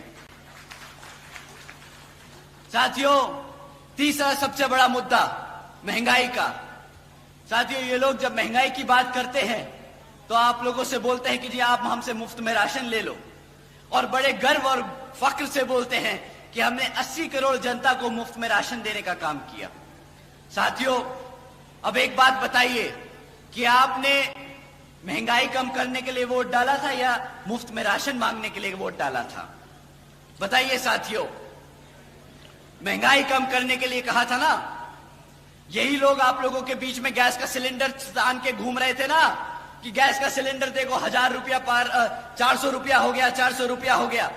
अब इन्हीं के शासनकाल में क्या गैस का प्राइस 1000 रुपया पार कर चुका है कि नहीं? बताइए साथियों। परंतु अब ये 1000 रुपया इन्हें नहीं दिख रहा, अब इन्हें 1000 रुपया महंगा नहीं लगेगा। पता है क्यों साथियों? क्योंकि अब इन लोगों की आदत हो गई है जगह जगह विदेशों में घूमना, इनकी आदत हो गई है बड़े बड़े रेस्टोरेंट में बैठ के खाना खाना, होटलों में घूमना। इन लोगों को आपकी महंगाई से कोई लेना देना नहीं साथियों। परंतु साथियों, अगर ये लोग सिर्फ रोजगार देने वाला ही वादा पूरा कर देते, सिर्फ रोजगार देने वाला ही वादा पूरा कर देते, तो महंगाई तो हमारा किसान भाई अच्छे से जानता है, हमारा SC ST समाज अच्छे से जानता है। अगर कमाऊंगा भी तो घर भी चला लूंगा तो अपने पैरों से खड़ा हो जाऊंगा, जिंदगी में अपने आप आगे बढ़ने का रास्ता निकाल लूंगा। मुझे किसी सस्ती गैस का जरूरत नहीं, मुझे महंगाई से डरने की जरूरत नहीं। परंतु साथियों, ना इन्होंने महंगाई कम करने का काम किया, ना इन्होंने रोजगार देने का काम किया। साथियों, आप जानते हैं कि मुफ्त में राशन की कीमत क्या है आपके लिए। 1000-1200 रुपये से ज्यादा महीने का राशन नहीं मिलता किसी को मुफ्त में, और साल का अगर आप गणित लगाएं तो 12,000 रुपए से ज्यादा का राशन नहीं देगी ये सरकार। परंतु अगर आपके घर में से एक एक बच्चे को रोजगार मिल जाता तो कम से कम 20,000 रुपए महीने की वो आमदनी कमाता, साल की 2 लाख रुपए की आमदनी कमाता। पर ये भाजपा वाले घपलेबाज हैं, आपको 12,000 रुपए का राशन चिपकाकर आपसे 2 लाख रुपए चूना लगाते हैं। साथियों, मैं आप लोगों का और समय नहीं लूंगा। आपको मैंने शिक्षा के बारे में बताया कि ये किस तरह आप लोगों को कमजोर कर रहे हैं शिक्षा के क्षेत्र में। मैंने आपको बताया रोजगार के मामले में, मैंने आपको बताया महंगाई के बारे में। मैं आप लोगों का और समय जाया नहीं करूंगा। एक तरफ साथियों, मैं आपसे यही कहूंगा कि भाजपा और कांग्रेस आप लोगों को गुलाम बनाने का काम कर रही है, और दूसरी तरफ बसपा और इनेलो का गठबंधन की सरकार है जो आपके बच्चों को पढ़ा लिखा कर काबिल बनाकर एक समाज में आत्मसम्मान से जिंदगी देने का काम करना चाहती है। साथियों, इन्हीं कुछ जरूरी बातों के साथ ही अब मैं आप सभी से, खैर मेरी और वह खासकर आदरणीय बहन कुमारी मायावती जी की ये विशेष अपील है कि इस विधानसभा चुनाव में आप सभी लोग हर मोर्चे पे सावधान रहें। आपका वोट बहुत कीमती है, आपका कोई वोट खरीद ना पाए, आपका वोट कोई लूट ना पाए, आपका वोट कोई पढ़ने से रह ना जाए। साथियों, जाति बिरादरी, धन बल, मंदिर मस्जिद या किसी भी भावना आदि के नाम पर कोई स्वार्थी अपने जाल में फंसाकर आपके वोट का दुरुपयोग ना कर ले, क्योंकि साथियों, देश के हर एक महिला, पुरुष व युवा को वोट डालने का अधिकार यहाँ परम पूज्य बाबा साहब डॉक्टर भीमराव अंबेडकर जी की अति महत्वपूर्ण देन है। मैं आप सभी से यही खास अपील करता हूं कि आप लोग यहाँ जिन जिन क्षेत्र में बसपा और इनेलो के विधानसभा उम्मीदवार चुनाव लड़ रहे हैं, तो आप उनको वोटिंग मशीन के सामने, वोटिंग मशीन पे बसपा का हाथी चुनाव चिन्ह और इनेलो का चश्मे का चुनाव चिन्ह के सामने वाला बटन दबाकर भारी मतों से जिताने का काम करें। क्योंकि साथियों, समय आ गया है कमर कसने का, सत्ता छीनने का और यहां पर शासक बनने का। जय भीम, जय भारत। बहुत बहुत धन्यवाद आदरणीय आकाश आनंद साहब। चरखी दादरी से ये भाई जयबीर फौजी एक मोमेंटो भेंट करके स्वागत करना चाहते हैं। जिंदाबाद जिंदाबाद जिंदाबाद चौधरी ओम प्रकाश चौटाला जी जिंदाबाद, जिंदाबाद जिंदाबाद माननीय आकाश आनंद जी जिंदाबाद, जिंदाबाद जिंदाबाद भावी मुख्यमंत्री चौधरी अभय सिंह चौटाला जी जिंदाबाद। जिंदाबाद जिंदाबाद। जोरदार तालियों से साथियों माननीय आकाश आनंद जी का आप वेलकम करें, जोरदार तालियों से वेलकम सर। जय भीम। अरे थक गए सबके सब। साथियों, मैं जानता हूं आप सुबह से हम सबको सुनने के लिए बड़ी शांति पूर्वक से यहां पे इंतजार कर रहे हैं, परंतु आपके साथ साथ हमारे परम पूज्य, हमारे सभी बड़े नेता कई सदियों से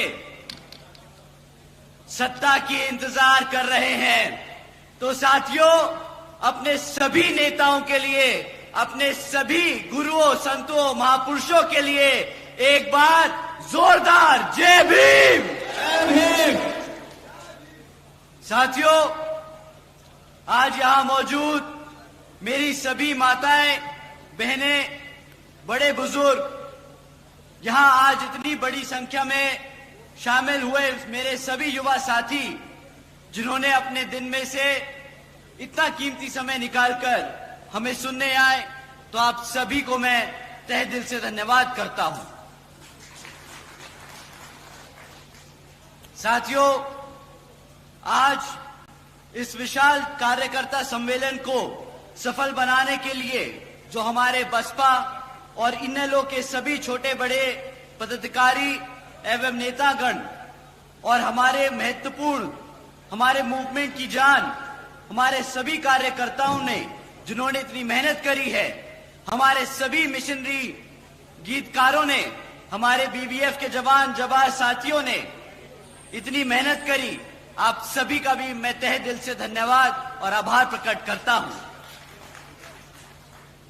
साथियों, मैं अपनी बात आप लोगों के बीच में रखने से पहले अपने हमारे सभी संतों, गुरुओं, महापुरुषों को, जिसमें खासकर महात्मा ज्योतिबा फूले, छत्रपति शाहूजी महाराज, नारायण गुरु, पेरियार रामास्वामी जी, बाबा साहब डॉक्टर भीमराव अंबेडकर जी एवं मान्यवर साहब श्री काशीराम जी को नमन करता हूं।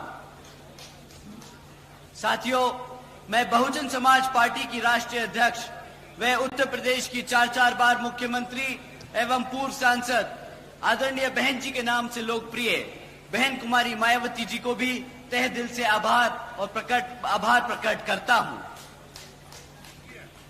साथियों, जिन्होंने अपनी पूरी जिंदगी बामसेफ, DS4 व बीएसपी के जन्मदाता एवं संस्थापक मान्यवर साहब श्री कांशीराम जी के बताए हुए रास्ते पर चलकर परम पूज्य बाबा साहब डॉक्टर भीमराव अंबेडकर जी के मानवतावादी व आत्मसम्मान एवं स्वाभिमान के मूवमेंट के कारवा को अपने आजीवन त्याग, तपस्या व कड़े संघर्ष से सींचा है, उसे एक राजनीतिक ऊर्जा दी है, शक्ति दी है, एक पहचान दी है तथा उत्तर प्रदेश जैसे विशाल व महत्वपूर्ण राज्य में 4 बार अपनी बीएसपी पार्टी के नेतृत्व में सरकार बनाकर खासकर बहुजन समाज के लिए एक ऐसी मिसाल बन गई हैं, जिससे प्रेरणा लेकर करोड़ों लोग यहाँ हमारे हरियाणा में भी सामाजिक परिवर्तन व आर्थिक तरक्की की मिशनरी कार्य से जुड़ चुके हैं। इतना ही नहीं बल्कि साथियों, मैं खुद भी उनके इस नेतृत्व से प्रभावित होकर बीएसपी मूवमेंट से जुड़ चुका हूं और उनके पद चिन्हों पर चलकर इस मिशनरी दायित्व, कर्तव्य व फर्ज को अपनी आखिरी सांस तक निभाने की पूरी कोशिश करता रहूंगा।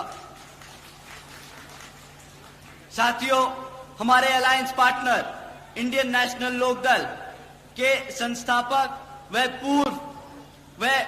पूर्व deputy prime minister Shri Chaudhary Devilal ji को भी तहे दिल से नमन करता हूं। साथ ही इनेलो के राष्ट्रीय अध्यक्ष श्री ओम प्रकाश चौटाला जी और आज हम सब के बीच में मौजूद इनेलो के राष्ट्रीय महासचिव और हमारे गठबंधन की ओर से हरियाणा प्रदेश के मुख्यमंत्री जी के उम्मीदवार श्री अभय सिंह चौटाला जी का भी मैं तहे दिल से स्वागत और आभार प्रकट करता हूं। साथियों, आप लोगों के सामने विधानसभा आम चुनाव के मुद्दों को बीच में रखने से पहले मैं हाल ही में ऑनरेबल सुप्रीम कोर्ट के सब कास्ट कैटेगराइजेशन के जजमेंट के बारे में आप लोगों से बात करना चाहूंगा, जिसके संबंध में आदरणीय बहन कुमारी मायावती जी ने भी अभी कुछ दिन पहले ही प्रेस कॉन्फ्रेंस कर हम सबको उसके बारे में आगाह करने का काम किया। साथियों, वो जो जजमेंट दिया ऑनरेबल सुप्रीम कोर्ट ने वो 650 पन्नों का था, परंतु उसकी मूल भाषा मैं आपको बता दूं उसका मतलब क्या है।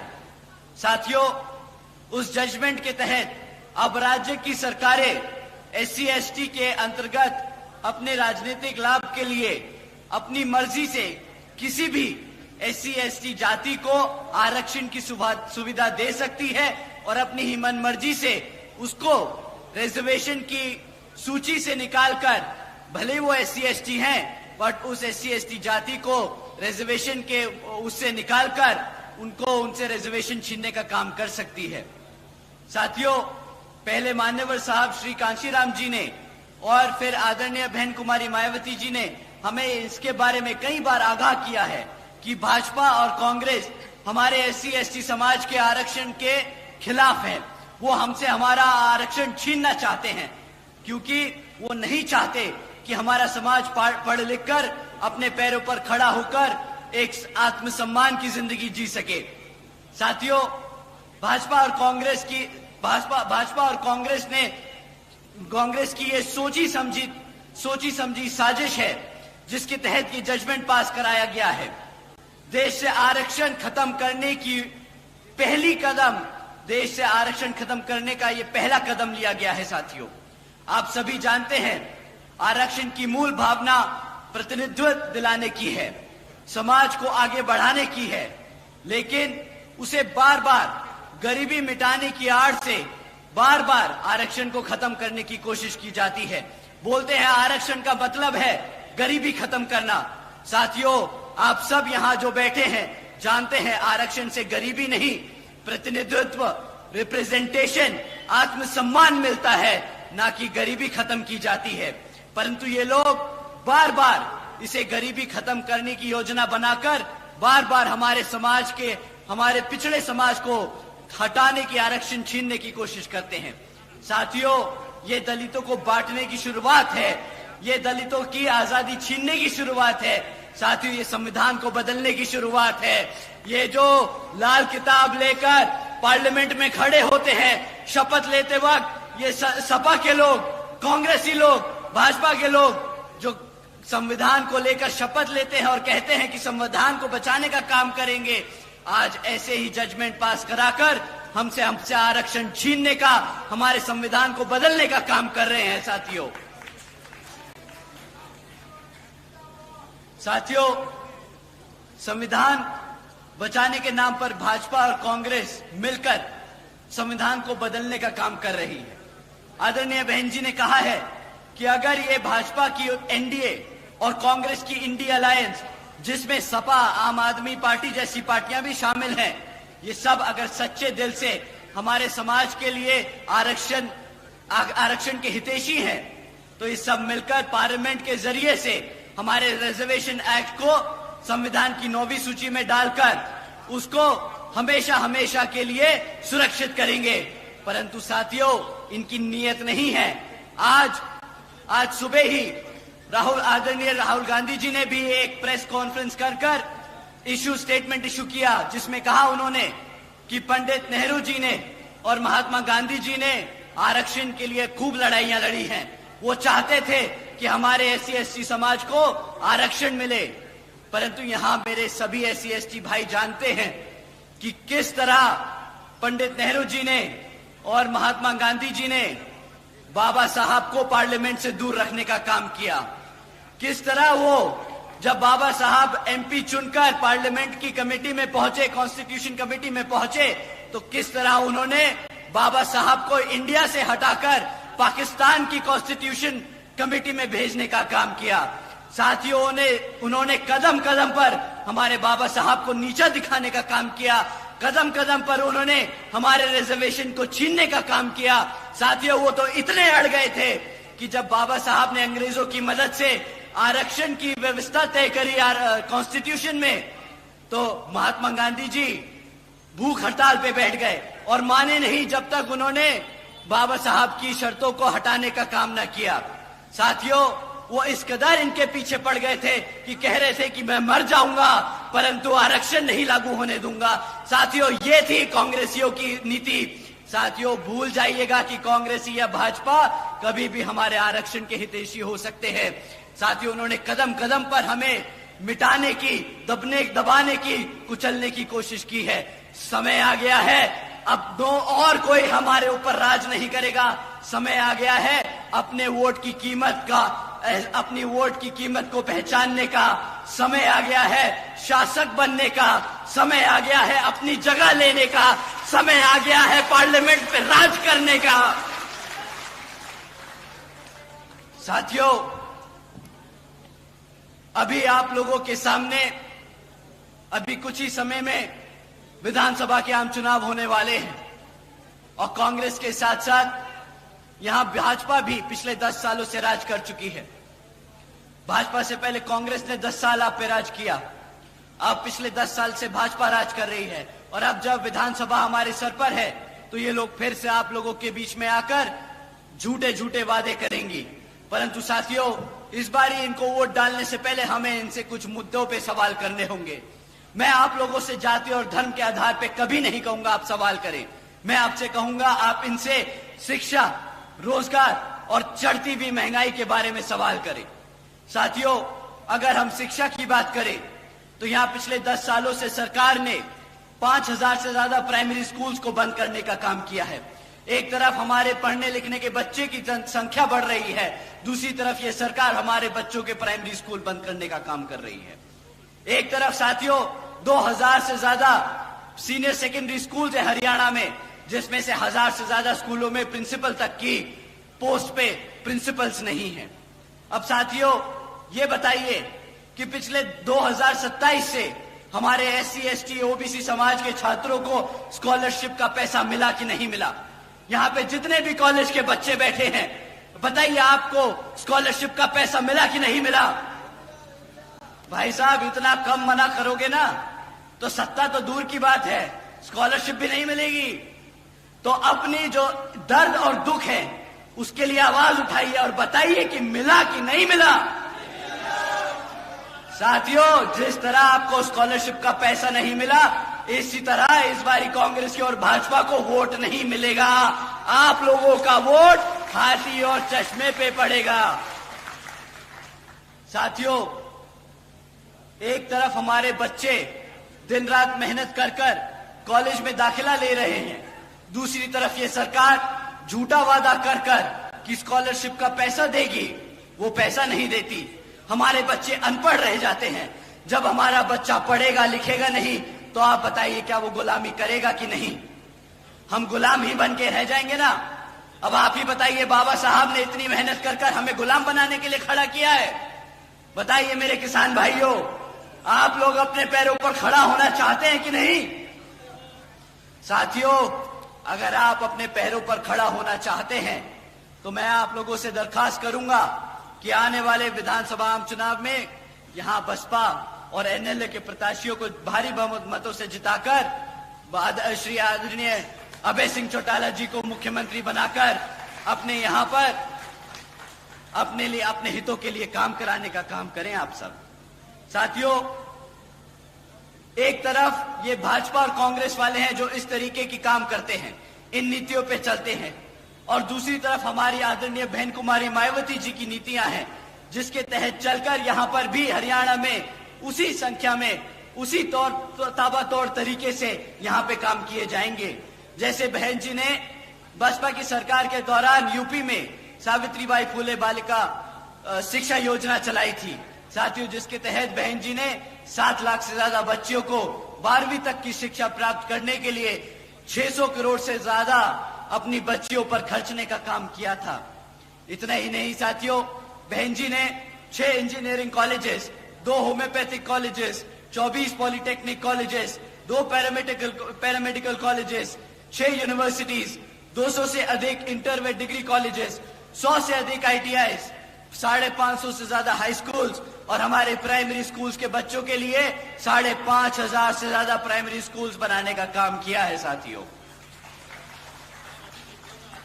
और साथियों, हमारे सभी पिछड़े समाज के, हमारे OBC समाज के छात्रों के लिए आदरणीय बहन जी ने देश में पहली बार 27% आरक्षण की व्यवस्था तय की थी। साथियों, लिस्ट बहन जी के कामों की इतनी लंबी है शिक्षा की क्षेत्र में कि मैं यहां पर बताते बताते छक जाऊंगा और दिन की भी रात हो जाएगी। परंतु साथियों, आप लोगों से मैं दरखास्त करूंगा, आप लोग पूरा भरोसा जताए हमारे आदरणीय अभय सिंह चौटाला जी पे कि जिस तरह बहन जी ने वहां यूपी में काम किया, उसी तरह यहां पर आदरणीय अभय सिंह चौटाला जी भी आपके बच्चों की शिक्षा के लिए दिन रात एक कर आपके बच्चों को अपने पैरों पर खड़ा करने का काम करेंगे। साथियों, आज हरियाणा का युवा बेरोजगार घूम रहा है। इतना ही नहीं बल्कि हमारा हरियाणा का 40% युवा बेरोजगार घूम रहा है। और यहां पिछले 10 सालों से भाजपा की सरकार लगातार सत्ता में बनी हुई है। यहां 2 लाख से ज्यादा सरकारी पद आज भी खाली पड़े हैं। इतना ही नहीं, पिछले 10 सालों से हमारे 2000 से ज्यादा कॉलेज के लेक्चरर्स, कॉलेजेस में जो लेक्चरर्स हैं वो परमानेंट होने की मांग कर रहे हैं। और हमारे क्लरिकल क्लास के वर्कर्स अपनी बेसिक पे को 35,400 की मांग कर रहे हैं। परंतु इन सभी क्षेत्रों में यहां भाजपा की सरकार एक भी काम पूरा ना कर पाई। साथियों, एक तरफ 40% युवा बेरोजगार घूम रहा है, दूसरी तरफ इनके पास 2 लाख से ज्यादा सरकारी पद खाली पड़े हैं। परंतु ये क्या करते हैं? ये कौशल विकास निगम जैसी योजनाएं चलाकर हमारी पक्की नौकरियों को कच्ची नौकरियों बनाकर लोगों में बांटने का काम कर रहे हैं। आप जानते हैं क्यों ये पक्की नौकरियां नहीं देना चाहते आपको? क्या आप जानते हैं क्यों ये हमारे कॉलेजेस में प्रोफेसर्स को, लेक्चरर्स को परमानेंट नहीं करते?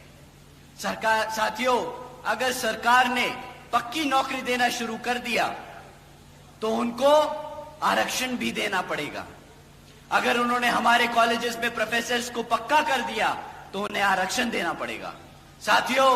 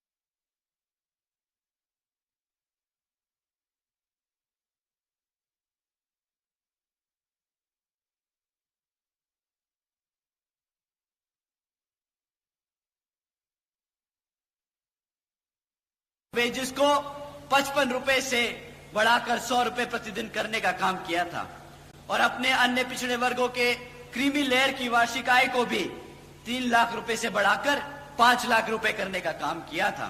साथियों, इतना ही नहीं, हमारे किसान भाइयों को जानकर अच्छा लगेगा कि बहन जी के शासनकाल के दौरान आदरणीय बहन जी ने अपने गन्ना खरीदने के दामों को रातों रात दुगना कर दिया था और हमारे किसान भाइयों की आमदनी दुगनी कर दी थी, जैसा उन्होंने वादा किया था। साथियों, उसी तरह उसी मॉडल पे चलकर यहां पर भी हमारी सरकार जब आप लोग बनाएंगे तो हमारे किसान भाइयों की आमदनी दुगनी कर दी जाएगी। साथियों, तीसरा सबसे बड़ा मुद्दा महंगाई का। साथियों, ये लोग जब महंगाई की बात करते हैं तो आप लोगों से बोलते हैं कि जी आप हमसे मुफ्त में राशन ले लो, और बड़े गर्व और फख्र से बोलते हैं कि हमने 80 करोड़ जनता को मुफ्त में राशन देने का काम किया। साथियों, अब एक बात बताइए कि आपने महंगाई कम करने के लिए वोट डाला था या मुफ्त में राशन मांगने के लिए वोट डाला था?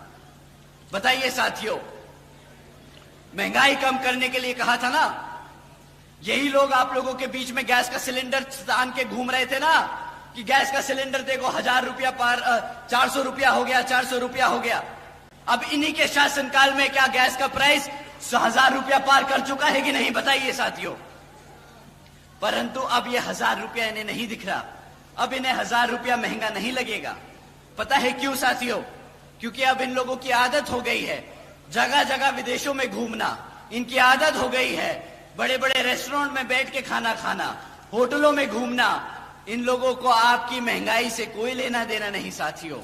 परंतु साथियों, अगर ये लोग सिर्फ रोजगार देने वाला ही वादा पूरा कर देते, सिर्फ रोजगार देने वाला ही वादा पूरा कर देते, तो महंगाई तो हमारा किसान भाई अच्छे से जानता है, हमारा SC ST समाज अच्छे से जानता है। अगर कमाऊंगा भी तो घर भी चला लूंगा तो अपने पैरों से खड़ा हो जाऊंगा, जिंदगी में अपने आप आगे बढ़ने का रास्ता निकाल लूंगा। मुझे किसी सस्ती गैस का जरूरत नहीं, मुझे महंगाई से डरने की जरूरत नहीं। परंतु साथियों, ना इन्होंने महंगाई कम करने का काम किया, ना इन्होंने रोजगार देने का काम किया। साथियों, आप जानते हैं कि मुफ्त में राशन की कीमत क्या है आपके लिए। 1000-1200 रुपये से ज्यादा महीने का राशन नहीं मिलता किसी को मुफ्त में, और साल का अगर आप गणित लगाएं तो 12,000 रुपए से ज्यादा का राशन नहीं देगी ये सरकार।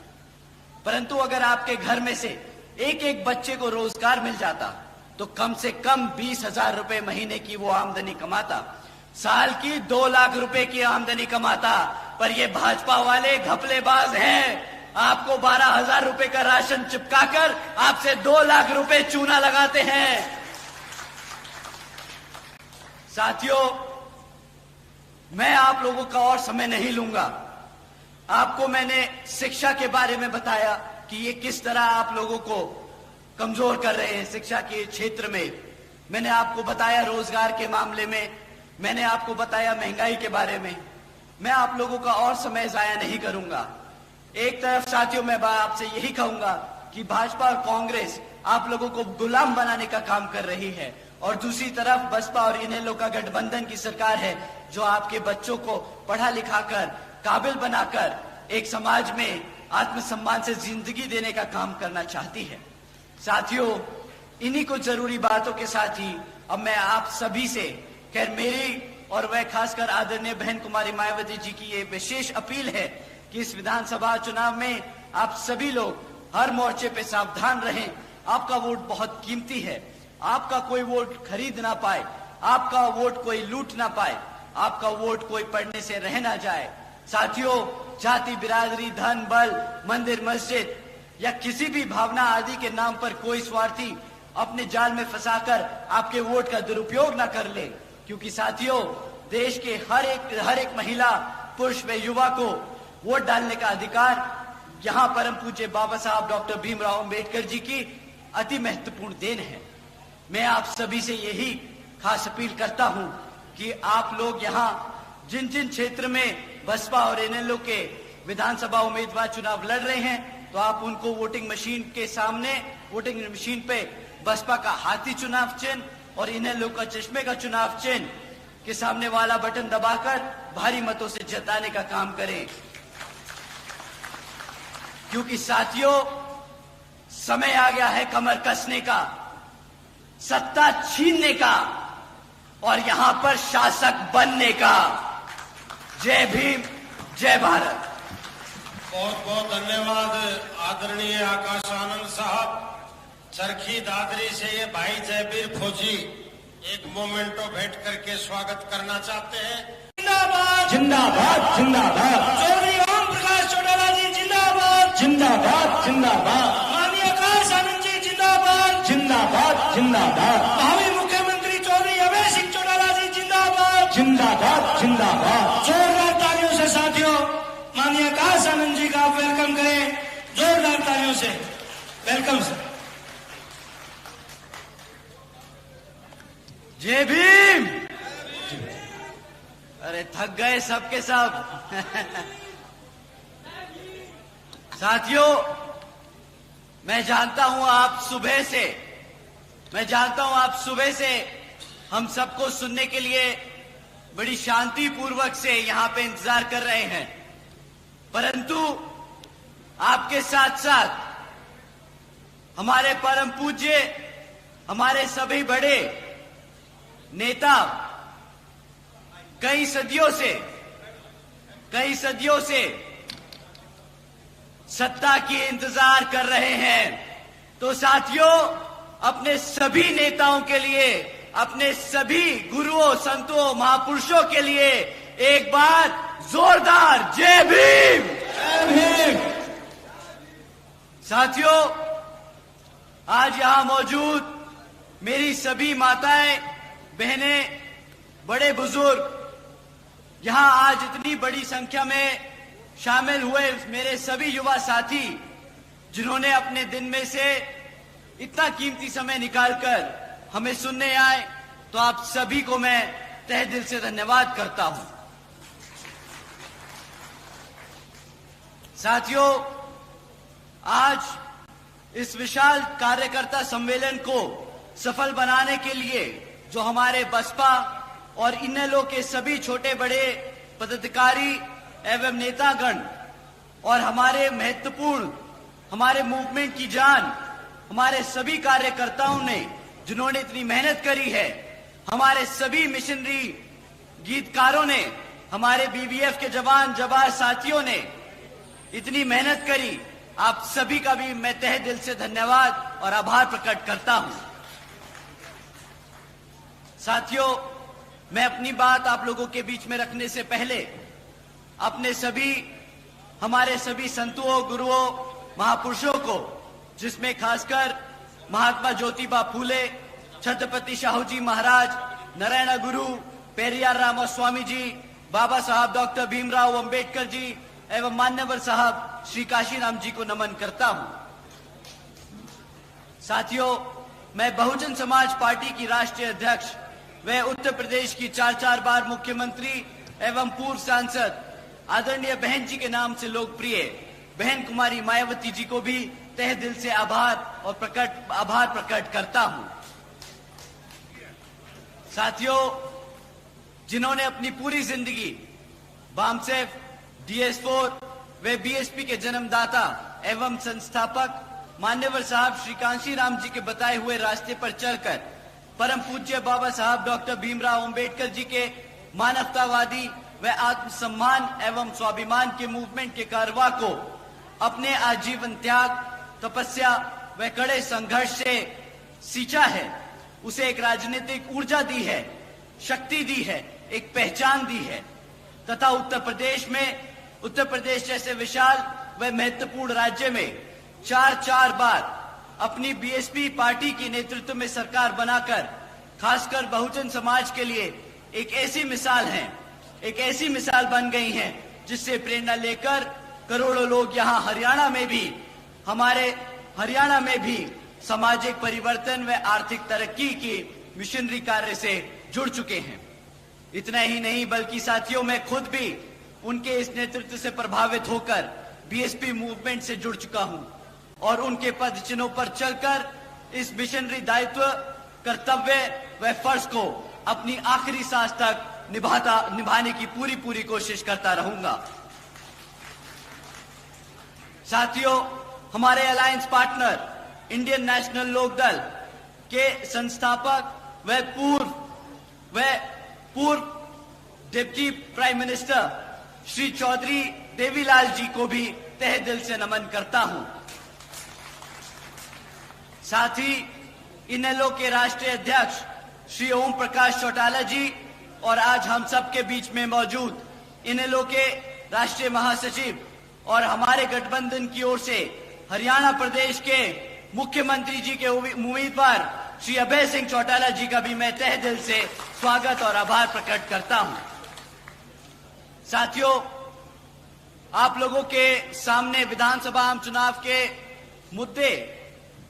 मुद्दों को बीच में रखने से पहले मैं हाल ही में ऑनरेबल सुप्रीम कोर्ट के सब कास्ट कैटेगराइजेशन के जजमेंट के बारे में आप लोगों से बात करना चाहूंगा, जिसके संबंध में आदरणीय बहन कुमारी मायावती जी ने भी अभी कुछ दिन पहले ही प्रेस कॉन्फ्रेंस कर हम सबको उसके बारे में आगाह करने का काम किया। साथियों, वो जो जजमेंट दिया ऑनरेबल सुप्रीम कोर्ट ने वो 650 पन्नों का था, परंतु उसकी मूल भाषा मैं आपको बता दूं उसका मतलब क्या है। साथियों, उस जजमेंट के तहत अब राज्य की सरकारें SC/ST के अंतर्गत अपने राजनीतिक लाभ के लिए अपनी मर्जी से किसी भी SC/ST जाति को आरक्षण की सुविधा दे सकती है और अपनी ही मन मर्जी से उसको रिजर्वेशन की सूची से निकालकर, भले वो SC/ST हैं, बट उस SC/ST जाति को रिजर्वेशन के उससे निकालकर उनको उनसे रिजर्वेशन छीनने का काम कर सकती है। साथियों, पहले मान्यवर साहब श्री कांशीराम जी ने और फिर आदरणीय बहन कुमारी मायावती जी ने हमें इसके बारे में कई बार आगाह किया है कि भाजपा और कांग्रेस हमारे SC/ST समाज के आरक्षण के खिलाफ है।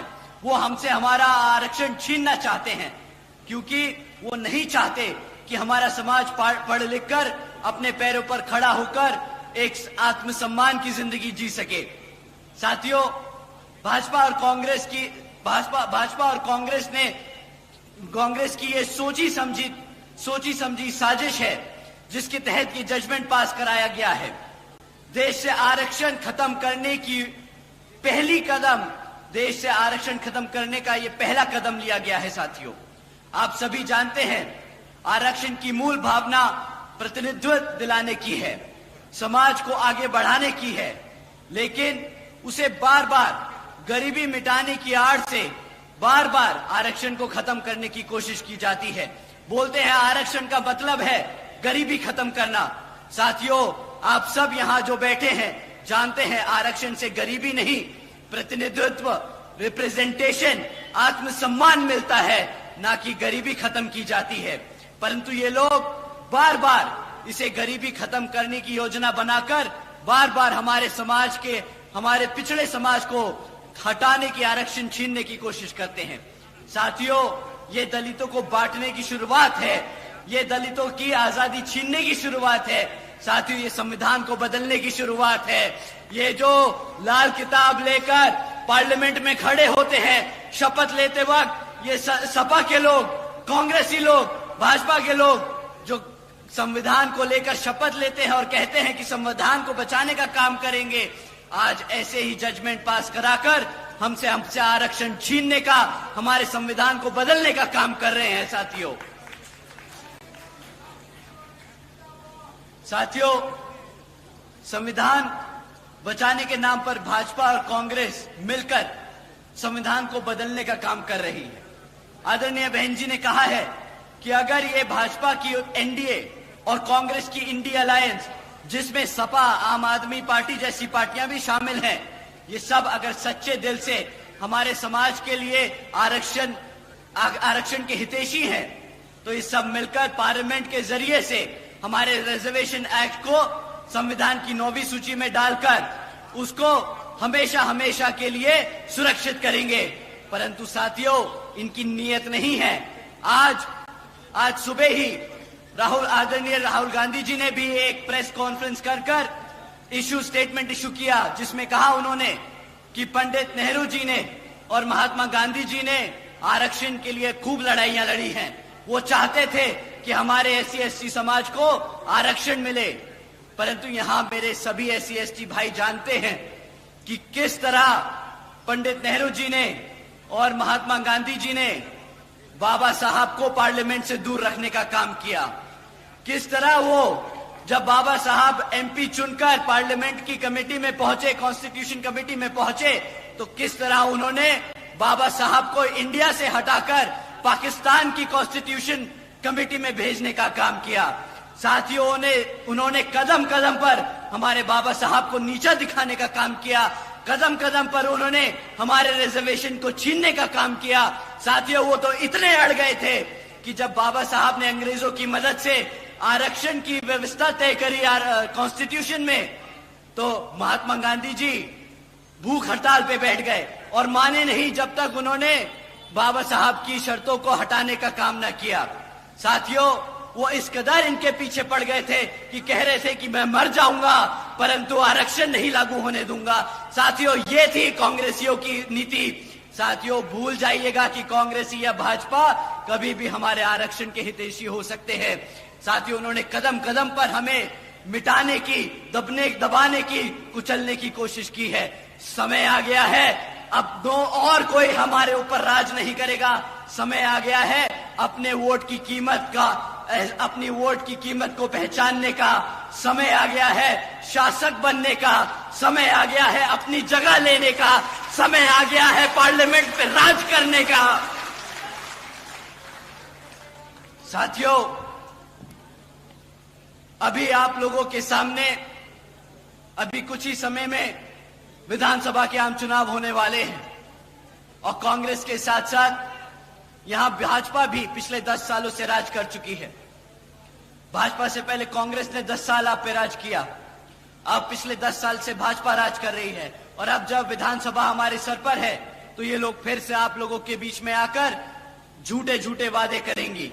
परंतु साथियों, इस बार इनको वोट डालने से पहले हमें इनसे कुछ मुद्दों पे सवाल करने होंगे। मैं आप लोगों से जाति और धर्म के आधार पे कभी नहीं कहूंगा आप सवाल करें। मैं आपसे कहूंगा आप इनसे शिक्षा, रोजगार और चढ़ती हुई महंगाई के बारे में सवाल करें। साथियों, अगर हम शिक्षा की बात करें तो यहां पिछले 10 सालों से सरकार ने 5000 से ज्यादा प्राइमरी स्कूल्स को बंद करने का काम किया है। एक तरफ हमारे पढ़ने लिखने के बच्चे की संख्या बढ़ रही है, दूसरी तरफ ये सरकार हमारे बच्चों के प्राइमरी स्कूल बंद करने का काम कर रही है। एक तरफ साथियों 2000 से ज्यादा सीनियर सेकेंडरी स्कूल है हरियाणा में, जिसमें से 1000 से ज्यादा स्कूलों में प्रिंसिपल तक की पोस्ट पे प्रिंसिपल्स नहीं है। अब साथियों, ये बताइए कि पिछले 2027 से हमारे SC, ST, OBC समाज के छात्रों को स्कॉलरशिप का पैसा मिला कि नहीं मिला? यहाँ पे जितने भी कॉलेज के बच्चे बैठे हैं, बताइए आपको स्कॉलरशिप का पैसा मिला कि नहीं मिला? भाई साहब, इतना कम मना करोगे ना तो सत्ता तो दूर की बात है, स्कॉलरशिप भी नहीं मिलेगी। तो अपनी जो दर्द और दुख है उसके लिए आवाज उठाइए और बताइए कि मिला कि नहीं मिला। साथियों, जिस तरह आपको स्कॉलरशिप का पैसा नहीं मिला, इसी तरह इस बारी कांग्रेस की और भाजपा को वोट नहीं मिलेगा। आप लोगों का वोट हाथी और चश्मे पे पड़ेगा। साथियों, एक तरफ हमारे बच्चे दिन रात मेहनत कर कर कॉलेज में दाखिला ले रहे हैं, दूसरी तरफ ये सरकार झूठा वादा कर कर कि स्कॉलरशिप का पैसा देगी, वो पैसा नहीं देती। हमारे बच्चे अनपढ़ रह जाते हैं। जब हमारा बच्चा पढ़ेगा लिखेगा नहीं तो आप बताइए क्या वो गुलामी करेगा कि नहीं? हम गुलाम ही बन के रह जाएंगे ना। अब आप ही बताइए, बाबा साहब ने इतनी मेहनत कर कर हमें गुलाम बनाने के लिए खड़ा किया है। बताइए मेरे किसान भाइयों, आप लोग अपने पैरों पर खड़ा होना चाहते हैं कि नहीं? साथियों, अगर आप अपने पैरों पर खड़ा होना चाहते हैं तो मैं आप लोगों से दरखास्त करूंगा कि आने वाले विधानसभा आम चुनाव में यहां बसपा और NLA के प्रत्याशियों को भारी बहुमतों से जिताकर श्री आदरणीय अभय सिंह चौटाला जी को मुख्यमंत्री बनाकर अपने यहां पर अपने लिए, अपने हितों के लिए काम कराने का काम करें आप सब। साथियों, एक तरफ ये भाजपा और कांग्रेस वाले हैं जो इस तरीके की काम करते हैं, इन नीतियों पे चलते हैं, और दूसरी तरफ हमारी आदरणीय बहन कुमारी मायावती जी की नीतियां हैं जिसके तहत चलकर यहां पर भी हरियाणा में उसी संख्या में, उसी ताबड़तोड़ तरीके से यहां पे काम किए जाएंगे। जैसे बहन जी ने बसपा की सरकार के दौरान यूपी में सावित्रीबाई फुले बालिका शिक्षा योजना चलाई थी साथियों, जिसके तहत बहन जी ने 7 लाख से ज्यादा बच्चियों को 12वीं तक की शिक्षा प्राप्त करने के लिए 600 करोड़ से ज्यादा अपनी बच्चियों पर खर्चने का काम किया था।